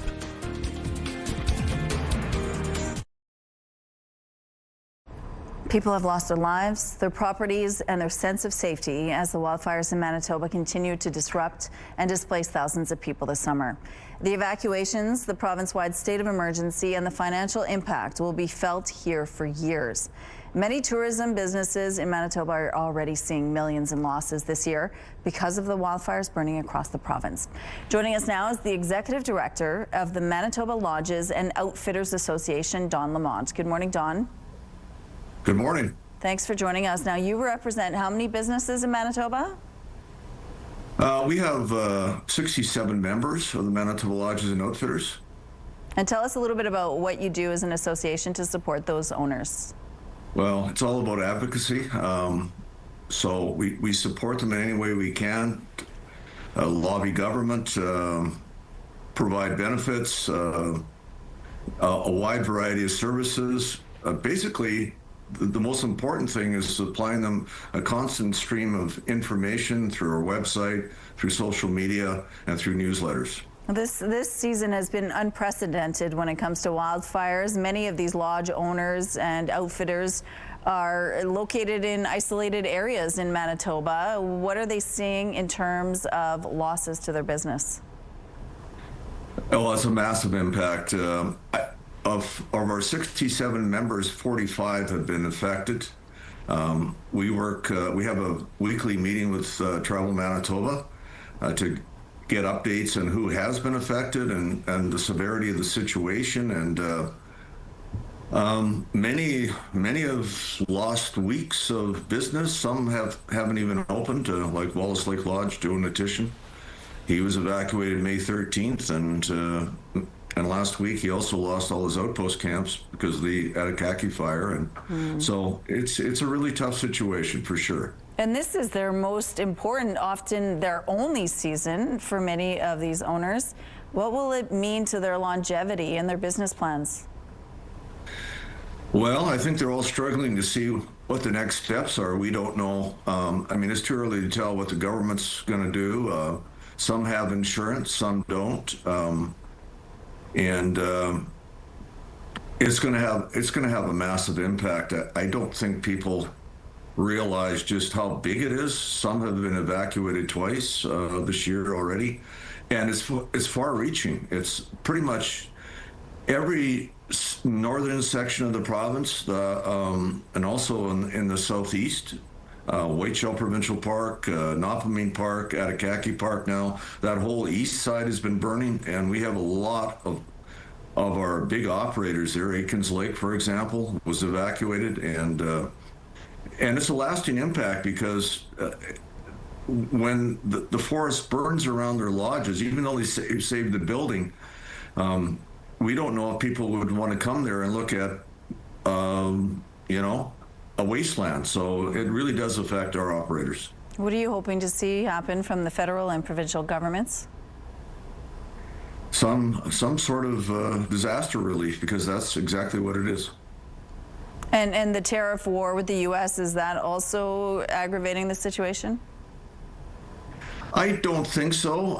Most of our operators have not lost business because of that. I think what we try to tell our operators and our members is just make sure that you talk to your clients, communicate exactly what the situation here is in Canada.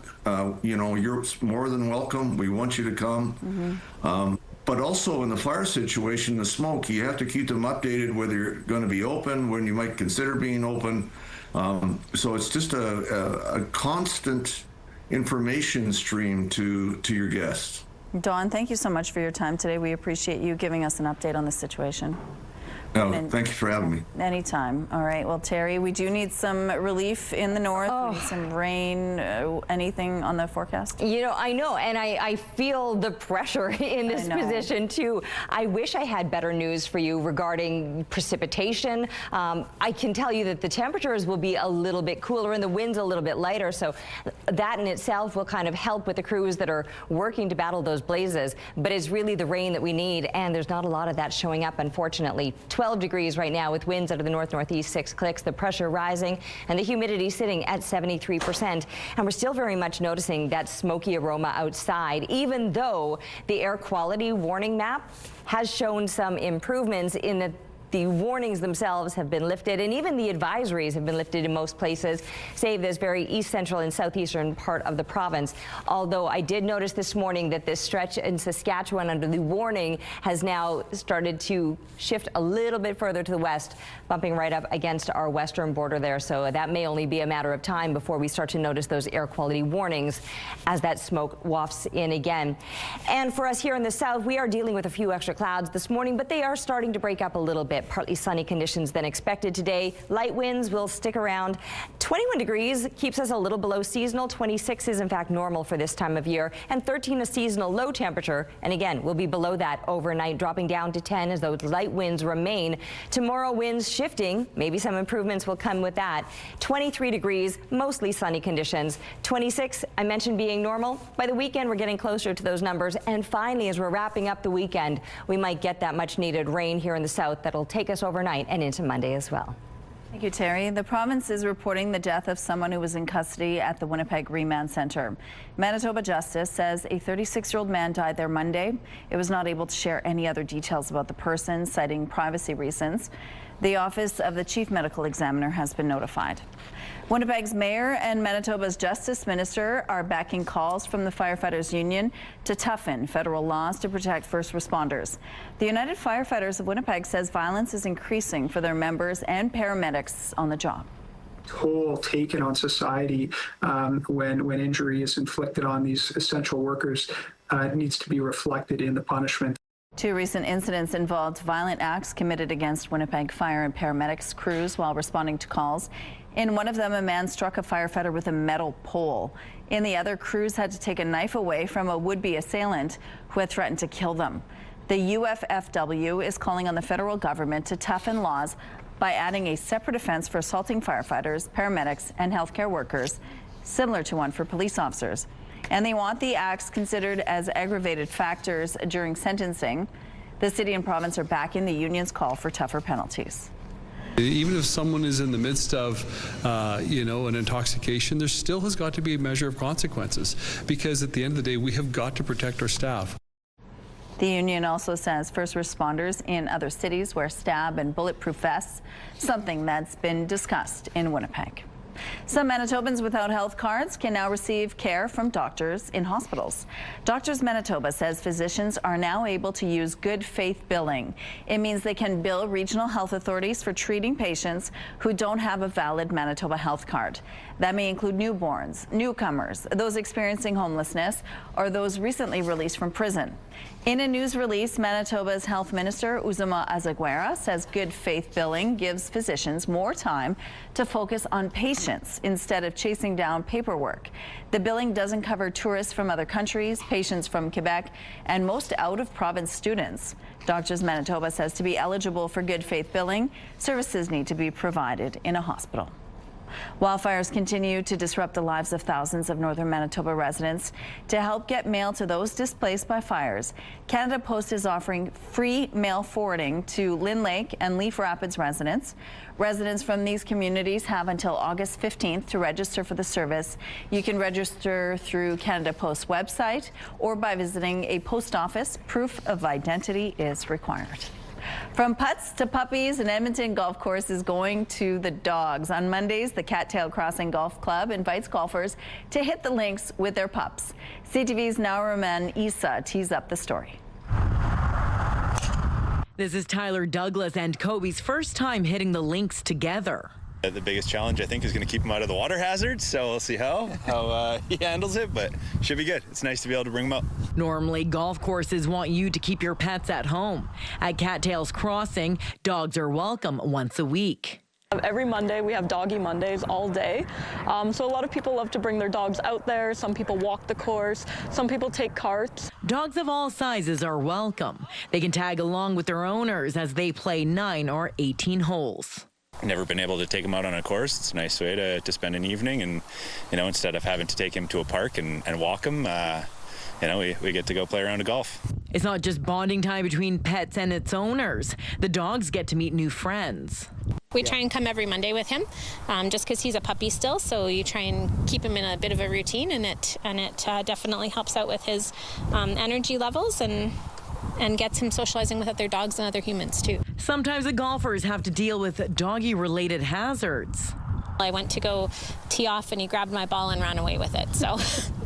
Owners are required to keep the fairways clean. Obviously things happen, but yeah, just making sure that you're taking them probably closer to a tree in the rough there. Staff say the response to Doggy Mondays has been positive. A lot of people absolutely love bringing their dog out here. Even people who don't have dogs, they love seeing dogs out here. Doggy Mondays runs until the end of golf season. Naranisa, CTV News, Edmonton. Here's a look at what's happening in traffic along Kenniston Boulevard. Things have picked up over here, as you can see, but overall moving quite well. And let's look now at your gas prices. The Canadian average is $1.37. The provincial and Winnipeg averages are lower at $1.31. The lowest price in the city is $1.24. All this info is on gasbuddy.com. Price at the Pump brought to you by kidneycard.ca. Get a free tow and a tax receipt for value of your car. It's National Hot Dog Day. We wanted to know, what's your favorite hot dog topping? Cheryl says mustard. Marlene says my favorite topping is cheese, ketchup, and mustard. Craig says that he makes homemade whistle dogs, so bacon, onions, and relish. Sounds good, Craig. Thank you so much for your responses. And with that hot dog, maybe you want a little bit of lemonade. And that's where Ainsley McPhail is live with Cancer Care Manitoba this morning. Good morning. Rochelle, good morning. We have an announcement, some breaking news of just how much Charlotte and Grace's lemonade stand has made, and it's a very large sum. Judy joins us as well, who's grandma. Girls, we did practice. Let's see. Let's show our audience just how much money you've raised. And it's over $3,200. Congratulations. We asked earlier, what was your favorite part? And she said, it's tricky. It's tricky. It's tricky because she had a lot of fun. Judy, why did you guys decide to do this? I love volunteering. I volunteer a lot with cancer care, and I know the importance of everything. And I wanted to be able to teach my granddaughters a little bit about volunteering and giving back and helping other people.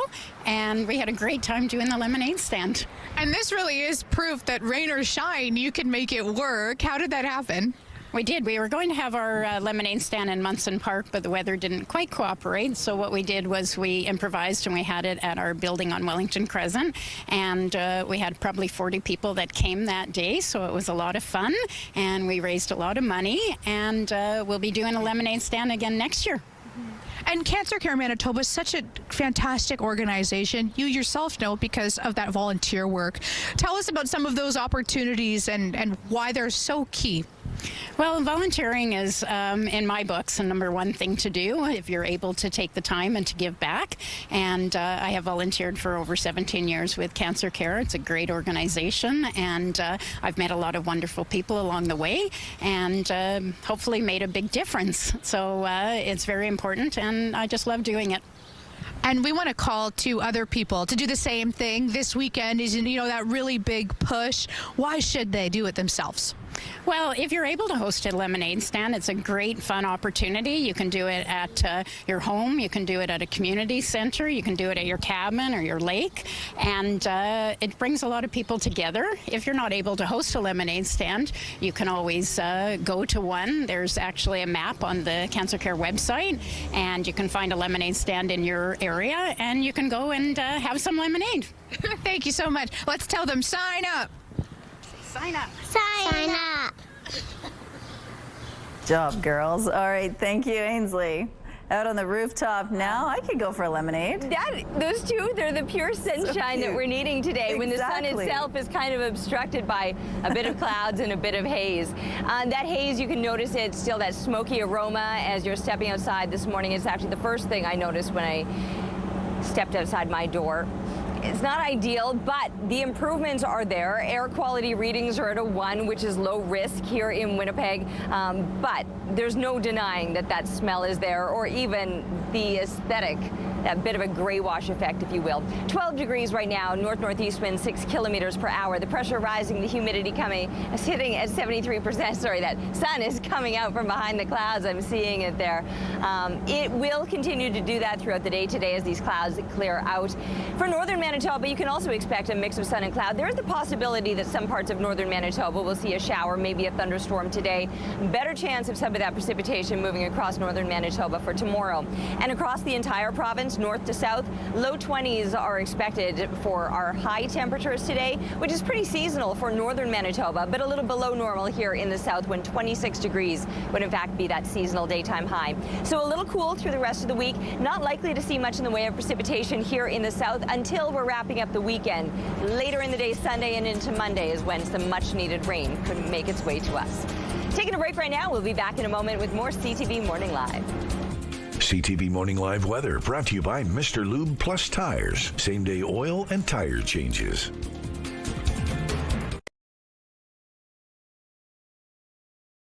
Have a news tip?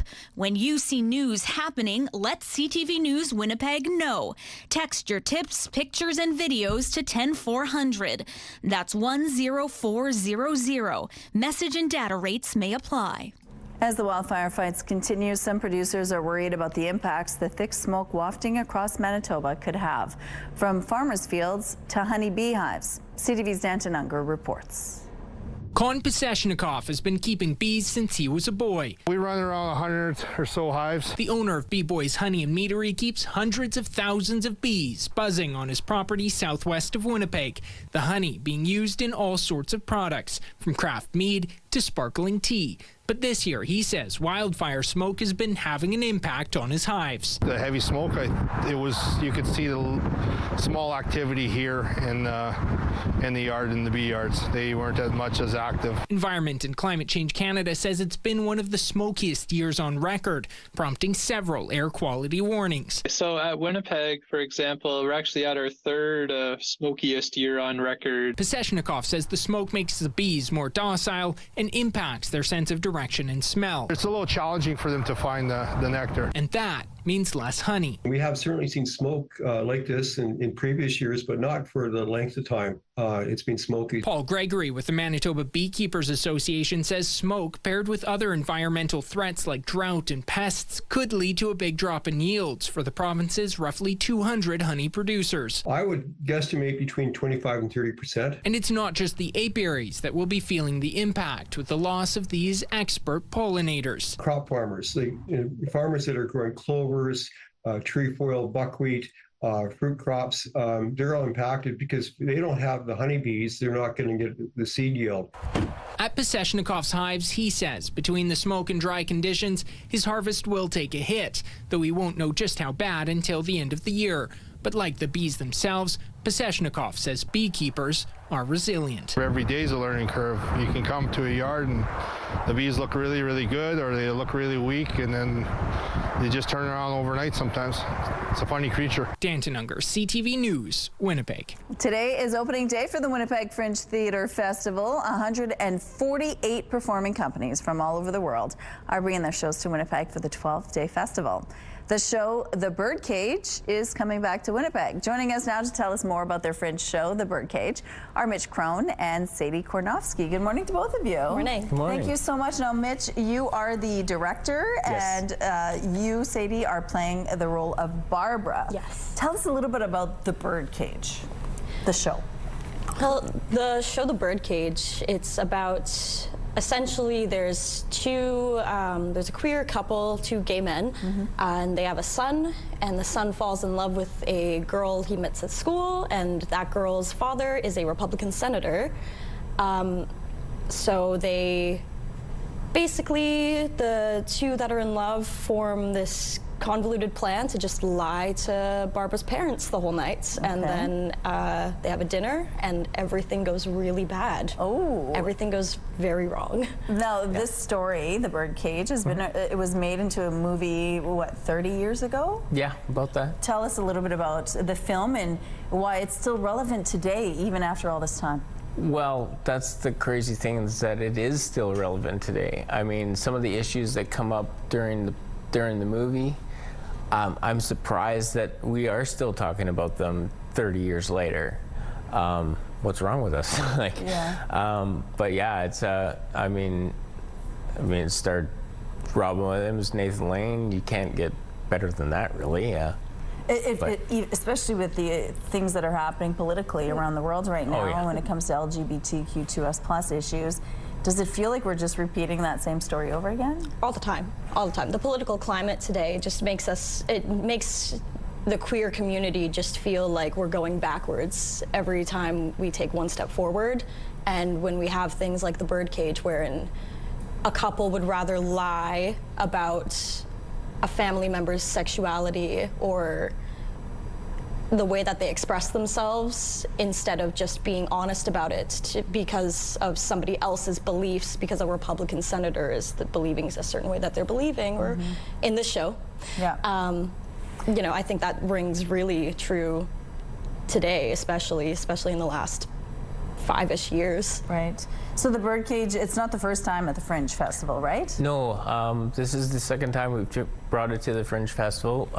We did it 10 years ago in 2015, but this is the 4th time we've performed this particular production. So being part of the Winnipeg Fringe Festival, what sets it apart from other Fringes, and why did you want to be a part of it again? Well, I mean, I'm a 22-year Fringe veteran, so I kind of love the Winnipeg Fringe. I've gone to other Fringe festivals as well, like I was at Edmonton a long time ago. Yeah.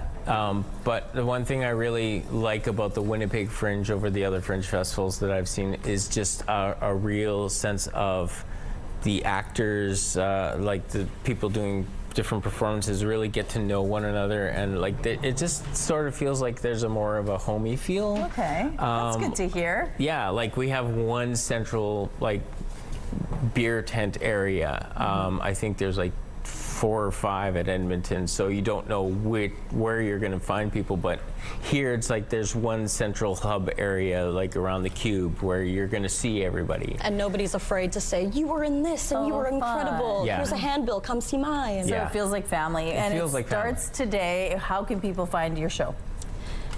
We're at the Warehouse. Okay. Yeah. We have 7 shows over the Fringe.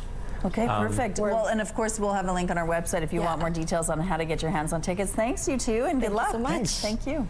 Yeah, and again, one of those air-conditioned venues and a great way to escape the smoke if that's your plan today. 12 degrees right now, and while the air quality warning is down to 1, which is considered no risk, it still smells very smoky out there this morning. The winds are light, but they are out of the north-northeast, just 6 kilometers per hour, with pressure rising and the humidity at 73%. Those winds, anytime that they're coming out of the northeast, where we've got that active fire situation, or sometimes out of the northwest, again, it draws in some of that smoke, and we're certainly noticing that. But we should get some improvements tomorrow with winds shifting out of the south. 21 degrees. It's going to be a little bit below seasonal for today and for the rest of the week. In fact, 26 degrees normal for this time of year. We need the rain, but it doesn't look like we're going to be seeing much of it throughout the rest of the week. However, for the weekend, we'll start to warm up, gets a little bit closer to seasonal, and by Sunday later in the day, that chance of showers could continue overnight and into Monday, and then more of those mid-20 temperatures are expected to continue as we look further ahead into the start of next week. We're taking a break right now, but stick around. We'll be back with more on CTV Morning Live.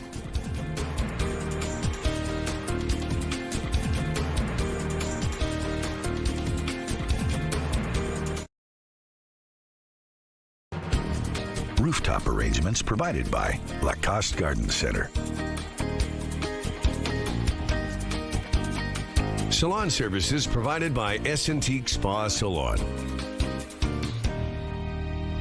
Well, let's say goodbye, but before then, we'll send you off with some fun video. Getting a great photo of your pet can be hard, and here's a tried and true method to get the perfect picture. Check this out.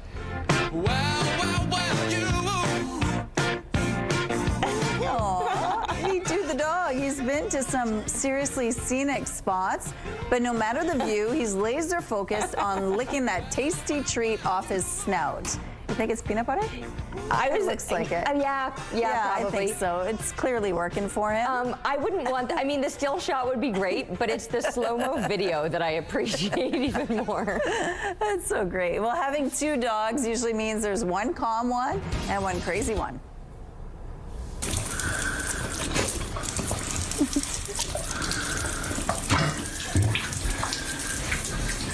This owner has one of each.